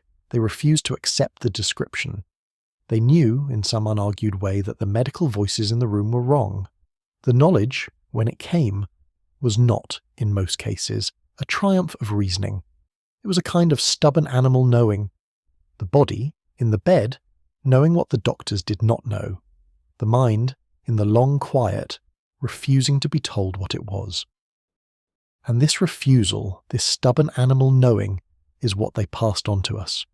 Not, in most cases, in any explicit teaching, in the residue of their lives, in the small notebooks, in the stories, in the way some of their daughters were raised, in the way, quietly across the generations, more and more women learned to trust, against the framework, the small interior signal that said, this is not me. We are, in our own time, the inheritors of that signal. We have it, in our own bodies, in our own minds. We can feel it when something is wrong. We can feel it in our own particular ways, when a description does not fit, when a prescription does not match what we know about ourselves, when an authority is asking us to be a person we are not. We do not always trust the signal. Most of us, much of the time, override it. The frameworks are still strong. The pressure to acquiesce is still real. Modern frameworks are in many ways gentler than the framework that produced the rest cure, but they are still there. They still tell us, in their various ways, that what we are supposed to want is what we are supposed to want, and that any wanting that does not fit the script is a problem to be managed. The women in the bedrooms learned, in conditions we would not choose, to trust the signal. We can, in better conditions, learn the same thing. We can practice. We can, in the small choices of our days, listen to the part of ourselves that knows what fits and what does not. We can refuse, in small ways, the descriptions that are not us. This is the lesson, I think, of the rest cure. Not, in most cases, a lesson about specific historical events, a lesson about how to be a person in conditions that are trying, gently or otherwise, to make us into someone else. The conditions change. The lesson does not. There is something I have not told you yet, and I want to mention it now because it adds a final layer to the story. It is about the place where I think the long history of the rest cure connects, in a slightly unexpected way, with our own time. In the late 20th century and into the early 21st century, a number of researchers began to study what we now call chronic fatigue syndrome, or, in other contexts, fibromyalgia, or various overlapping conditions in which the patient, often a woman, presents with debilitating exhaustion, pain, cognitive difficulty, and a host of other symptoms that do not fit cleanly into any single recognized disease category. The medical reception of these conditions has been, in many ways, a recapitulation of the medical reception of nervous illness in the late 19th century. The patients, often women, have been told that their symptoms are not really there, or that the symptoms are real but the cause is psychological, or that the appropriate treatment is something like rest or graded exercise, or in some cases a kind of behavioral therapy designed to teach them to think differently about their illness. The patients have, in many cases, organized themselves to push back against these framings. They have insisted, with the same kind of stubborn animal, knowing that Charlotte and Alice and the others insisted on, that the medical profession is missing something, that the framework is too narrow, that what they are experiencing is real and is not what the doctors say it is. The conversation is ongoing. New research, in the past decade or so, has begun to identify what may be biological mechanisms underlying some of these conditions. The framework is shifting, as frameworks shift, slowly and with reluctance. The patients have, in many cases, lived through years or decades of feeling unheard, in ways that they have themselves connected to the long history of how women's medical complaints have been received. I mention this not to take a position on any specific contemporary medical question. The science is, in many cases, genuinely uncertain, and I am not qualified to weigh in on the technical disputes. I mention it because it suggests that the work the Rescue Women started is not, in any sense, finished. The pattern they identified, the pattern in which a culture's framework systematically fails to make room for what women are reporting about their own bodies, has not entirely gone away. The specifics have changed, the pattern has not. What we owe the women in the bedrooms, in this sense, is the willingness to keep recognizing the pattern when it shows up, to keep asking when a person is saying something is wrong and the experts are explaining that the something is not what she thinks, whether the expert is right. Not always. Sometimes the expert is right, but also not never. The expert framework can be wrong. The patient can know things the framework cannot, in its current form, accommodate, and the willingness to take the patient's testimony seriously, as a starting point rather than as a problem, is something we owe to a long history of cases in which the failure to do so caused enormous suffering. This is not a critique of medicine in general. Medicine, in our era, is in many ways extraordinary. It saves lives that no previous era could have saved. It provides relief from suffering on a scale that the 19th century could not have imagined. The doctors who practice it now are, in many cases, sincerely committed to listening to their patients. The framework has shifted enormously since the days of Mitchell. But the work, as the women in the bedrooms knew, is never quite finished. The frameworks still have edges. The edges still leave some patients out. And the small daily work of expanding the framework, of listening one more time, of being willing to be wrong, of taking seriously the testimony of the person in the room, is the work that always continues. The women who lay in the rest cure beds did the early version of this work. We continue it, in our own ways, in our own time. There is a particular afternoon I want to spend some time with, because it has stayed with me throughout my research, and I think it captures something about the geography of these treatments that the standard accounts tend to miss. It's the afternoon of an autumn day in 1881. The location is a private medical office on Walnut Street in Philadelphia, on the upper floor of a substantial brick building. The light comes in through tall windows that face west, and at this hour in October the light has the slightly bronze quality of a city afternoon late in the year. The room itself is panelled in dark wood. There is a desk, heavy and orderly. There are bookshelves filled with medical volumes in matching dark bindings. There is a leather chair by the desk and another, smaller chair positioned for patients, slightly lower, slightly less imposing. In the leather chair sits Dr. Silas Weir Mitchell. He is 52 years old. His beard, in the photographs we have of him from this period, is full and greying. His eyes are dark and watchful. He has the manner of a man who is by this point in his career accustomed to being listened to and accustomed to producing in his patients the response of relief that comes from feeling that one's case is, finally, in competent hands. In the smaller chair, on this particular afternoon, sits a young woman from a prominent New England family. She's 28. She's been ill for, by her own account, about 3 years, with various symptoms that have resisted every previous treatment. Her father, a Boston attorney, has brought her to Philadelphia specifically to consult with Mitchell on the recommendation of a colleague whose own daughter has, 3 years previously, been treated by Mitchell with what the family describes as miraculous results. The consultation lasts, in the standard pattern of these meetings, about 40 minutes. Mitchell asks questions. The young woman answers, sometimes in detail, sometimes briefly. He observes her. He notes her colour, her affect, her posture, her speech. He takes notes in a leather-bound book that he keeps on the desk. The notes are spare. He has, over the decades, developed a shorthand of his own for the symptom clusters he has come to recognise. At the end of the consultation, he gives his diagnosis. He uses the term neurasthenia, which by this period had become the standard medical name for the cluster of symptoms his patients tended to present with. He explains, in measured language, that the condition is real, that it is serious, that it requires significant intervention, and that he believes she is a good candidate for the treatment he has developed. He explains the treatment in general terms, the duration, the setting, the strict isolation, the diet, the massage, the electrical stimulation, the cost. The young woman listens. She is, by this point in the consultation, exhausted, and the sheer relief of being told that her condition has a name, has a cause, has a treatment, is so great that she does not, in the moment, ask the questions that, in retrospect, she might have asked. She does not ask whether the treatment has been studied for women like her specifically. She does not ask what the success rate is. She does not ask whether there is any alternative she might consider. She agrees, with the tired gratitude of someone who has been searching for help for years, to begin the treatment within the month. Her father pays the deposit. The arrangements are made. The young woman travels back to Boston to settle her affairs. She returns 3 weeks later, accompanied by a maid, and is admitted to a private hospital in Philadelphia, where Mitchell maintains an arrangement for the treatment of his patients. She enters the small room. She lies down in the bed. The cure begins. I want to pause here, because something has happened in this scene that I think is worth marking. The young woman has, in agreeing to the treatment, signed away, without quite realising it, the next 6 weeks of her life.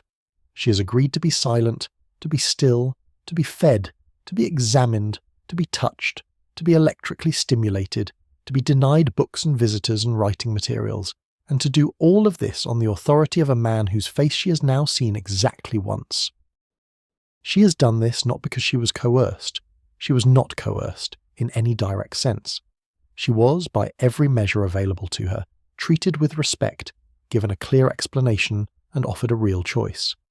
She agreed to the treatment because, in the framework of her time, the agreement was the rational thing to do. The alternative was to continue suffering, in a household that did not know what to do with her, while the years of her life slipped past. The decision she made on that October afternoon in Mitchell's office is the kind of decision that millions of people in every era of medical practice have made. The decision to trust the doctor, to trust the framework, to trust that the people who claim authority over our bodies have the knowledge to use that authority well. It is, in most cases, a decision we have to make if we are to receive any medical care at all. We cannot individually evaluate every claim. We have to, at some point, trust the system. The young woman in the chair was making this kind of decision.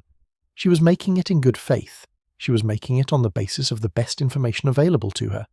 She was making it under conditions of considerable distress, which is, of course, the condition under which most medical decisions get made.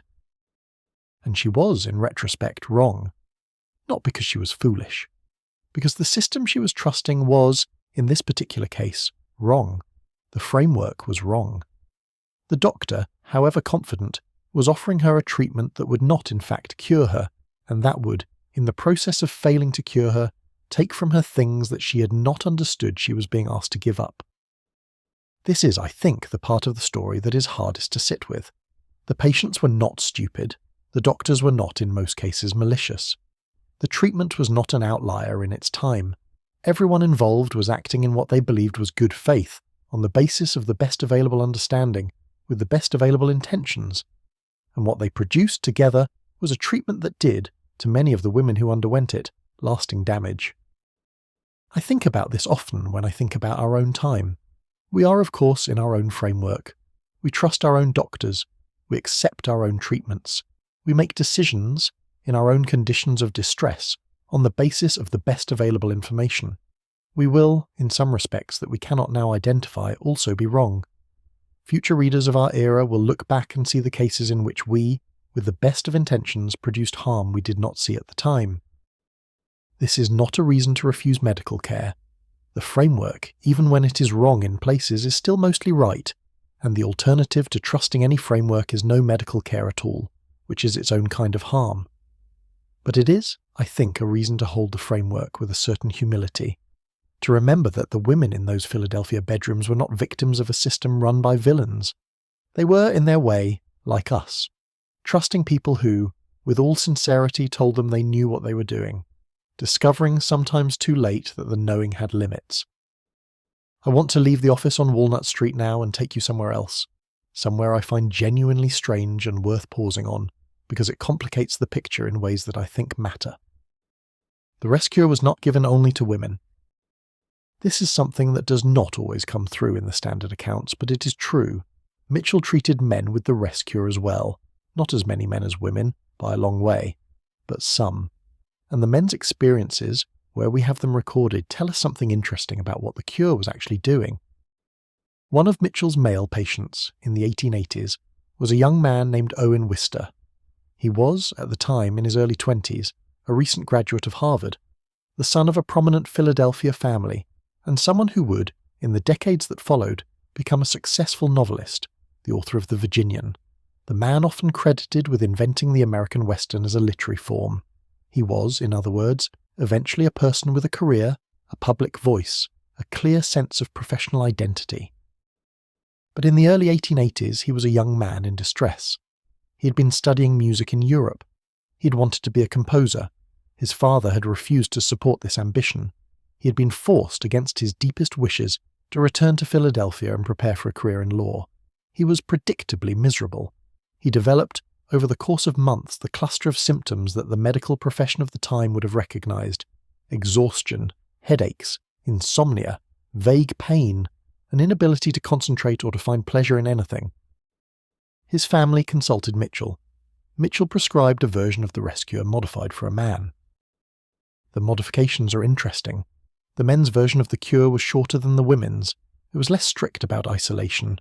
It was less focused on weight gain through milk and beef tea. It was instead oriented toward what Mitchell called the cultivation of physical vigour. Men, in Mitchell's framework, did not need to be made smaller and quieter.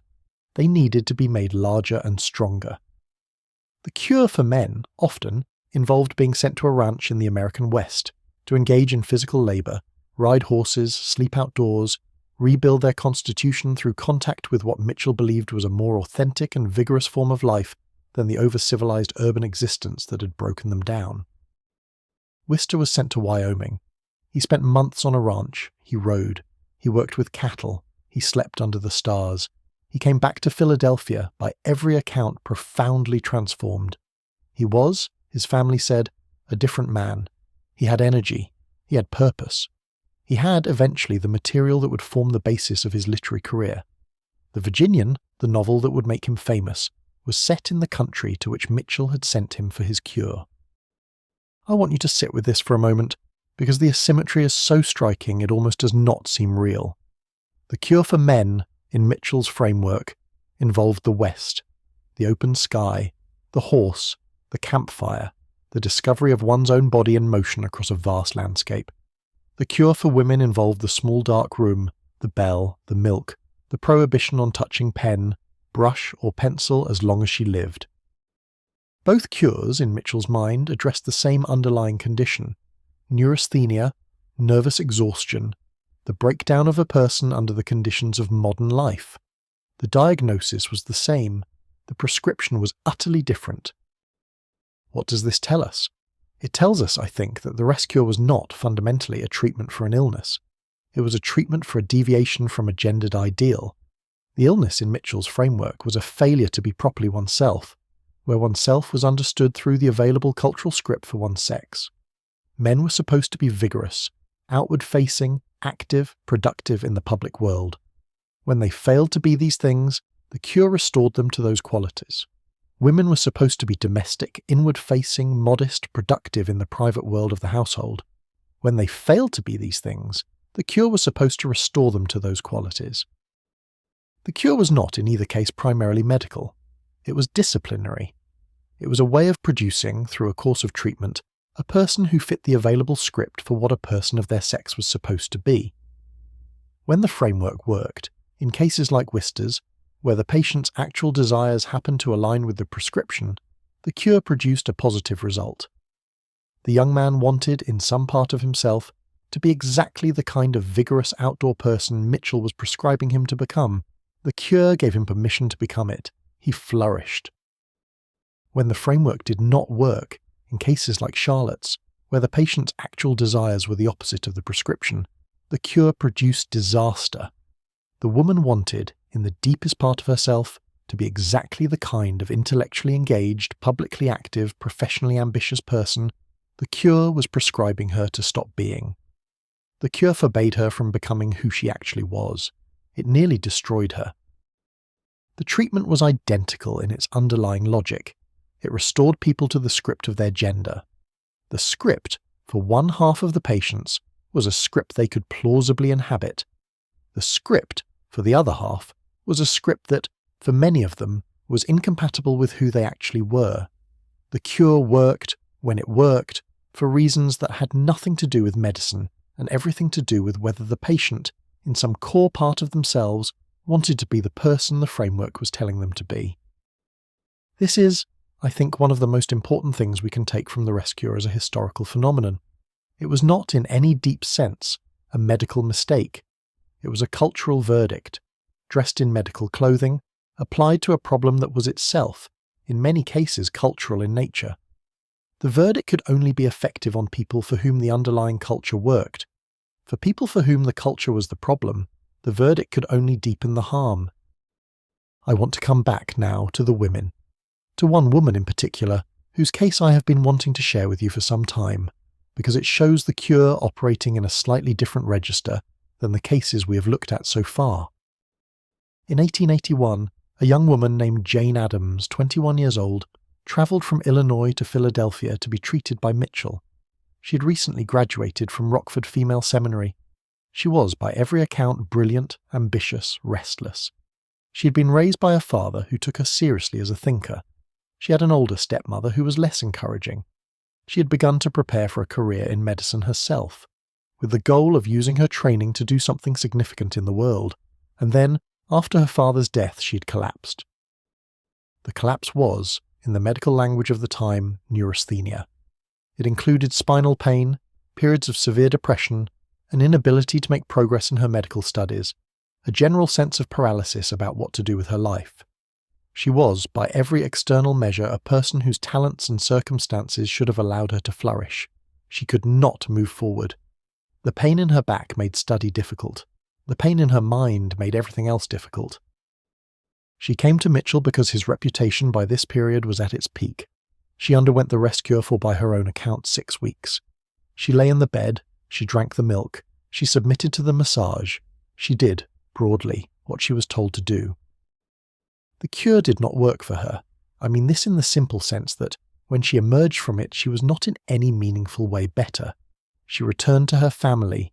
The pain continued, the depression continued, the inability to plan a forward course continued. She spent, in the years that followed, an additional period of time in something like invalid retirement, travelling in Europe with relatives, attempting various other treatments, gradually accumulating a sense that the medical framework had, in her case, failed. What is interesting about Jane Addams's case is what happened next. She did not, like Charlotte, write a fictional account of her experience. She did not, like Alice, write a private diary. She did, instead, something different. She founded Hull House, the settlement house in Chicago that would, over the decades that followed, become a model for social work in the United States, a centre of progressive activism, a place where young women like the woman she had been could come and find, in collective work for the urban poor, the sense of meaningful engagement that her own family and her own framework had not been able to give her. She wrote about this transition in her memoir 20 Years at Hull House, with extraordinary clarity. She described her years of invalidism as a period of waste. She described her recovery, when it came, as a recovery achieved not through any medical treatment, but through the discovery of work she could believe in. She said, in one passage I find genuinely moving, that the years she had spent in bed, weakened and uncertain, had given her the time to develop the philosophical convictions that would eventually shape Hull House. She had, in other words, taken the imposed stillness of the cure and the years of failure that followed it, and turned them, slowly, into the foundation for a life of public action. This is, I think, one of the most striking outcomes the cure produced. Not a cure, not a return to conventional womanhood, the opposite. A young woman who took the failure of the framework as evidence that the framework was the problem, and who set about, in her own way, building an alternative framework that would, eventually, give other young women like her something the original framework had not been able to give them. Hull House was not, of course, a direct response to the rest cure. Adams did not frame it that way, but the connection is there in the structure of her own narrative. She had been told, by Mitchell and by the broader medical and social framework he represented, that her difficulty in finding a meaningful adult life was a personal medical problem. She had concluded, after the cure failed, that the difficulty was structural, that women like her could not find meaningful work because the world had not been built to allow it, and that the solution, accordingly, was not to fix the woman, but to build the world differently. Hull House, in this sense, was the logical endpoint of what the rest cure could not contain. It was the public, organised, institutional version of the small private resistance that women in their bedrooms had been developing for decades. It was the moment when the underground rebellion began to surface, became infrastructure, became a force that could shape law, shape policy, shape the conditions under which women coming after Adams would live. I find Adams' case especially moving because of how directly she connects her later work to her earlier failure. She did not, in her memoir, present herself as someone who had been correctly diagnosed by Mitchell and miraculously cured. She did not present herself as someone who had been wrongly diagnosed and tragically harmed. She presented herself as someone who had, over a long period, gradually understood that the framework she'd been raised in could not give her a life she could live, and who had, accordingly, set about helping to make a different framework available to others. This is the deepest kind of response to the rescue, I think. Not personal escape, structural transformation, the recognition that the harm was not, in any individual sense, fixable, that the cure for the cure was the building of a world in which the cure would not eventually make sense, a world in which young women would not need to be sent to bedrooms for 6 weeks because they had failed to find a place in a society that had not been designed to include them, a world in which they would have instead places to go, work to do, other women to do it with, institutions that would take them seriously as workers and thinkers and citizens. We are still, in many ways, building that world. The work that Adams started has been continued by generations of women, in many countries, doing many different kinds of work. It is not finished. But it is, when you look at it from far enough away, recognizable as a long, accumulating, multi-generational project to make available to women the conditions under which their lives can be simply their own. The conditions under which the diagnosis of neurasthenia, in any of its modern equivalents, would not be necessary because the underlying problem the diagnosis was responding to would not exist in the same form. I want to go back, briefly, to one more sensory detail of the bedrooms, because I think it captures something I have not quite said yet. The smell of the rooms. I have not talked about this. The rescue rooms had a particular smell.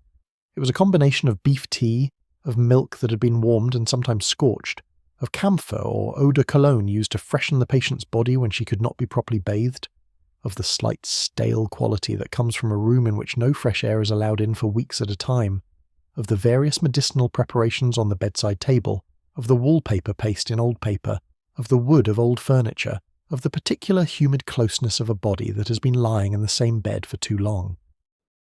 The patients, in their accounts, often mention this. The smell of the room becomes, after a while, something they cannot escape. It enters their hair, it enters their nightgowns, it enters, in some descriptions, even their dreams.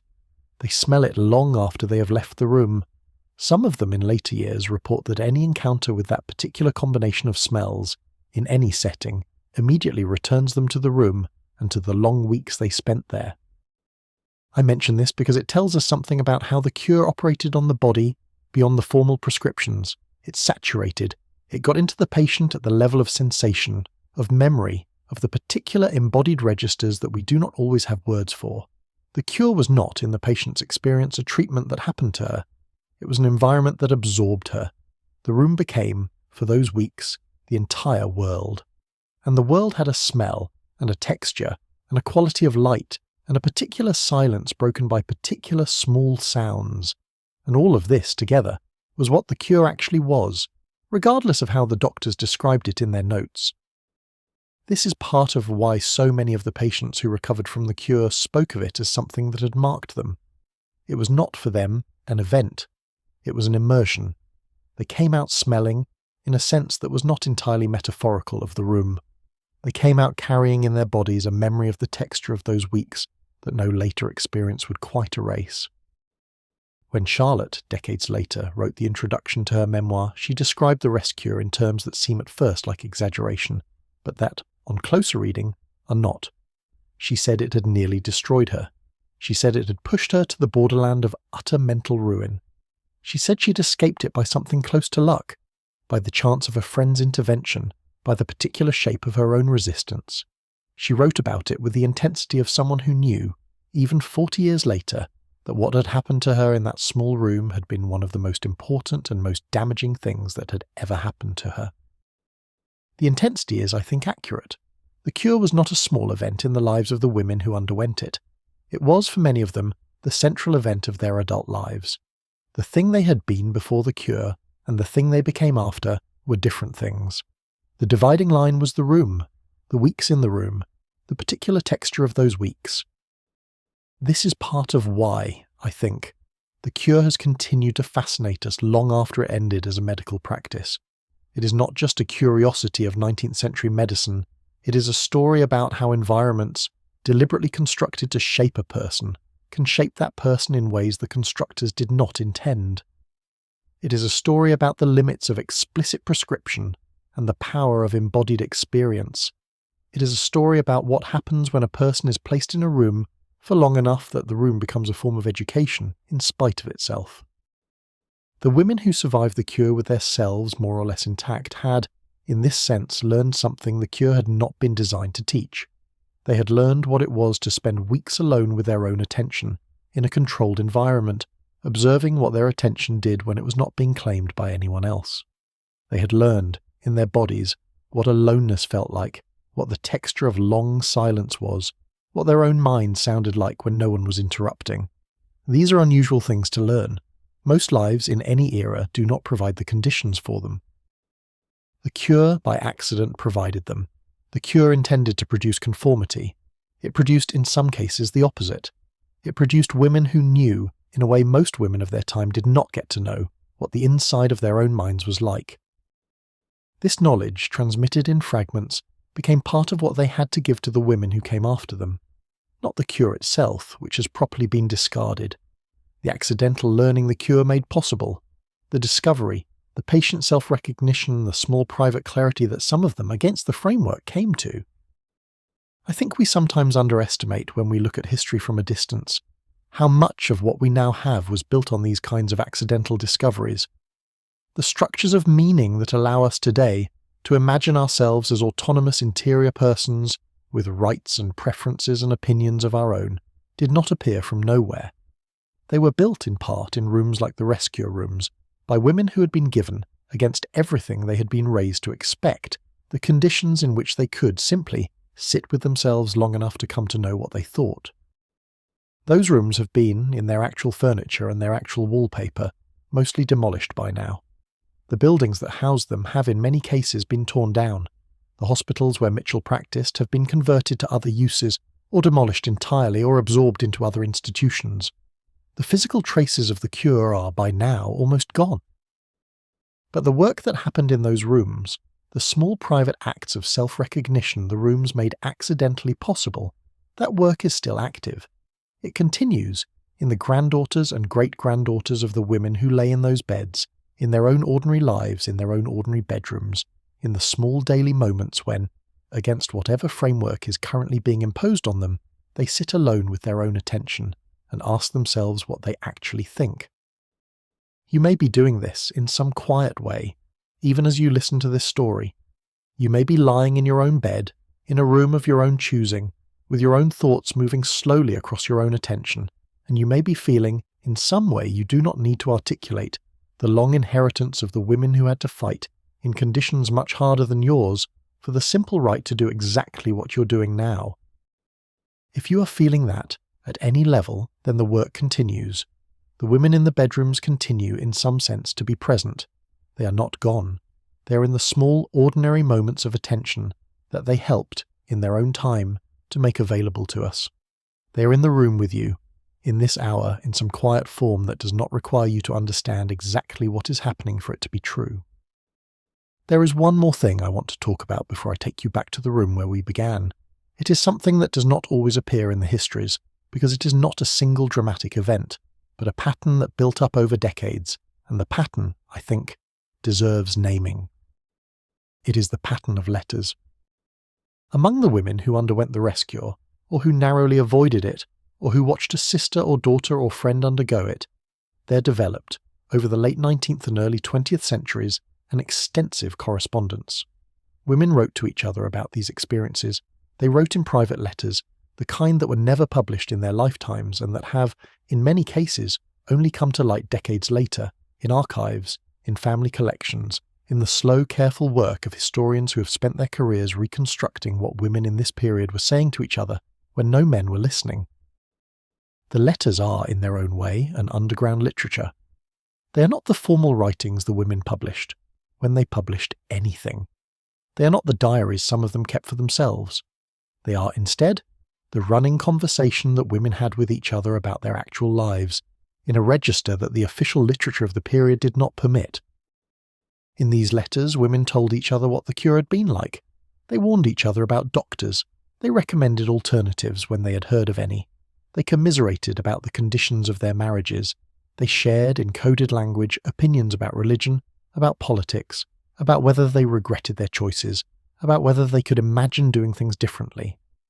They formed, through correspondence, a kind of distributed support network that no institution of their time had given them. The historian who reconstructs these networks finds often surprising connections.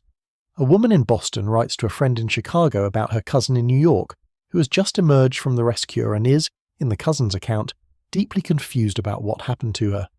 The friend in Chicago writes back. She has a friend whose sister underwent the same treatment. The accounts match in disturbing ways. The pattern, when laid out, becomes visible. Through letters like these, the women began to see what no individual experience could have shown them. They began to see that the cure, which each of them had experienced privately and had been told was a personal medical event, was actually a phenomenon. It happened to many women. It produced similar effects across many cases. It was not, as the doctors claimed, a treatment tailored to the individual. It was a standardized procedure with predictable outcomes, and the outcomes were, in many of the cases the letters described, not what the doctors claimed they were. This recognition, accumulated through correspondence, was a crucial piece of the long process by which the cure was eventually discredited. It was not, in the first instance, doctors who recognized that the cure was failing. It was patients. Patients talking to patients, comparing notes, building, through the medium of personal letters, the empirical evidence base that no formal medical study of the time had been willing to produce. I find this aspect of the story particularly moving because it shows what women in this period had to do to know things that, in our own time, they would simply have been told. We have now the apparatus of clinical trials, of patient advocacy organizations, of online communities where people compare their experiences with various treatments, of medical journalism that reports on outcomes. None of this existed in any organized form in the 1870s and 80s. The women who were trying to figure out what the cure actually did had only each other, and they used what they had. They wrote letters, they visited each other, they sat in parlours when they could and talked. They built, out of their own intelligence and their own observation, the knowledge that no formal source was providing them. When you read these letters today in the archives, you can feel, sometimes, the sheer cognitive effort involved. Women carefully, in handwriting, comparing dates and durations and dosages. Women asking each other for the exact wording of what their doctor had told them. Women with no medical training trying to figure out by triangulation what was actually happening in the rooms they had been sent to. And what they figured out gradually was right. Not in every detail. They sometimes drew wrong conclusions. They sometimes misunderstood mechanisms. But in the broad outlines, the picture they assembled through their letters was closer to what the cure actually was than the picture the doctors were publishing in their journals. The patients knew more about the actual experience and effects of the cure than the doctors did. They had lived through it. The doctors had only watched. I think this is something worth holding on to beyond the specific story of the rescue. The patient often knows more about the patient's experience than the system treating the patient. The system has expertise, the patient has the experience. Both kinds of knowledge are real. The system, in healthier configurations, would treat the patient's experience as a primary source, rather than as a problem to be managed. In our own time, in many medical contexts, the system is getting better at this. In other contexts, it still struggles. The women in the bedrooms, writing their letters to each other, were doing the slow patient work that, eventually, would help to push the system toward more honest engagement with what its patients were actually experiencing. They were doing this work mostly without knowing that they were doing it. They were just trying to make sense of their own lives. They were comparing notes with their friends. They were trying, in the small ways available to them, to figure out what was happening to them. What was happening to them, they came to see, was that they were being treated for a condition that the framework had largely invented to describe what was, in many cases, a perfectly reasonable response to lives that had been made unreasonable. The cure was failing because there was nothing to cure. The patient was not the problem. The framework was, and the framework was, slowly, in the small daily work of letters and conversations and accumulated common sense, being seen for what it was. This was not, I want to emphasize, a conscious political movement. The women writing these letters were not trying to overthrow medical patriarchy. Most of them were not even trying to articulate in any explicit form what they were doing. They were just talking. They were just comparing. They were just, in the most ordinary way, trying to figure out what to do with their lives. But the talking accumulated became something. It became the basis of the public conversation that, when it eventually broke out in the early 20th century, had a foundation to build on. The women who stood up in suffrage meetings and in temperance organizations and in early feminist gatherings to say that something was wrong with the way women were being treated were not speaking from nowhere. They were speaking from the long underground conversation that women had been having with each other for decades. The letters were the substrate. The public movements were what bloomed on top. I think about this sometimes when I think about our own time. We have now more public communication than any previous generation. We have in some ways lost the texture of the long, careful private letter. People do not write to each other, in our own time, the way the women in 1880 wrote to each other. The patience, the slowness, the willingness to spend an hour at a desk composing a letter that would take a week to arrive and another week to be answered is mostly gone. But the underlying activity is, in some ways, still happening. People still compare notes. People still try to figure out what is real in the lives they are living by talking to other people who are living similar lives. The medium has changed. The fundamental human activity is the same. The accumulation of common sense, through the slow, patient comparison of experiences, is still how people, in any era, eventually come to see what their official frameworks are missing. The women in the bedrooms would, I think, recognize this. They would understand. They would know that the work continues, in different forms, in different mediums, but with the same essential purpose. To know things that the official sources are not telling us. To know things that, taken together, eventually become the basis of the changes that the next generation will inherit as obvious. This is, I think, the final thing the rest cure has to teach us. The patience of the long, quiet work. The fact that what looks, in any given decade, like a private experience that no one is paying attention to, may actually be part of an enormous distributed effort by ordinary people to figure out, in the only ways available to them, what is really happening. The women in the bedrooms were doing this work. They did not know, in most cases, that they were doing it. They were just trying to live, and the trying accumulated became history. I want to bring us now back to the room where we started. The Philadelphia bedroom, 1873. The young woman, 26 years old. The high headboard bed. The wallpaper. The nurse outside the door. The bell on the bedside table. The long, slow, weighted hours. She is, in some sense, every woman we have spent the night with. She is Charlotte. She is Anna. She is Virginia. She is the unnamed thousands. She is, in some sense, also us, on those nights when the world has felt too small for us, when the life we have been given has felt like a prescription rather than a choice, when we have lain awake at 3 a.m. and asked ourselves the questions that the daylight will not let us ask. She is, in this last image, lying very still. The light has begun, just barely, to lift outside the window. The household is still asleep. The nurse, in her chair just outside the door, has dozed for a while. The room is at its most quiet. The patient, in this last hour before the day begins, has decided something. She does not yet know how she will act on the decision.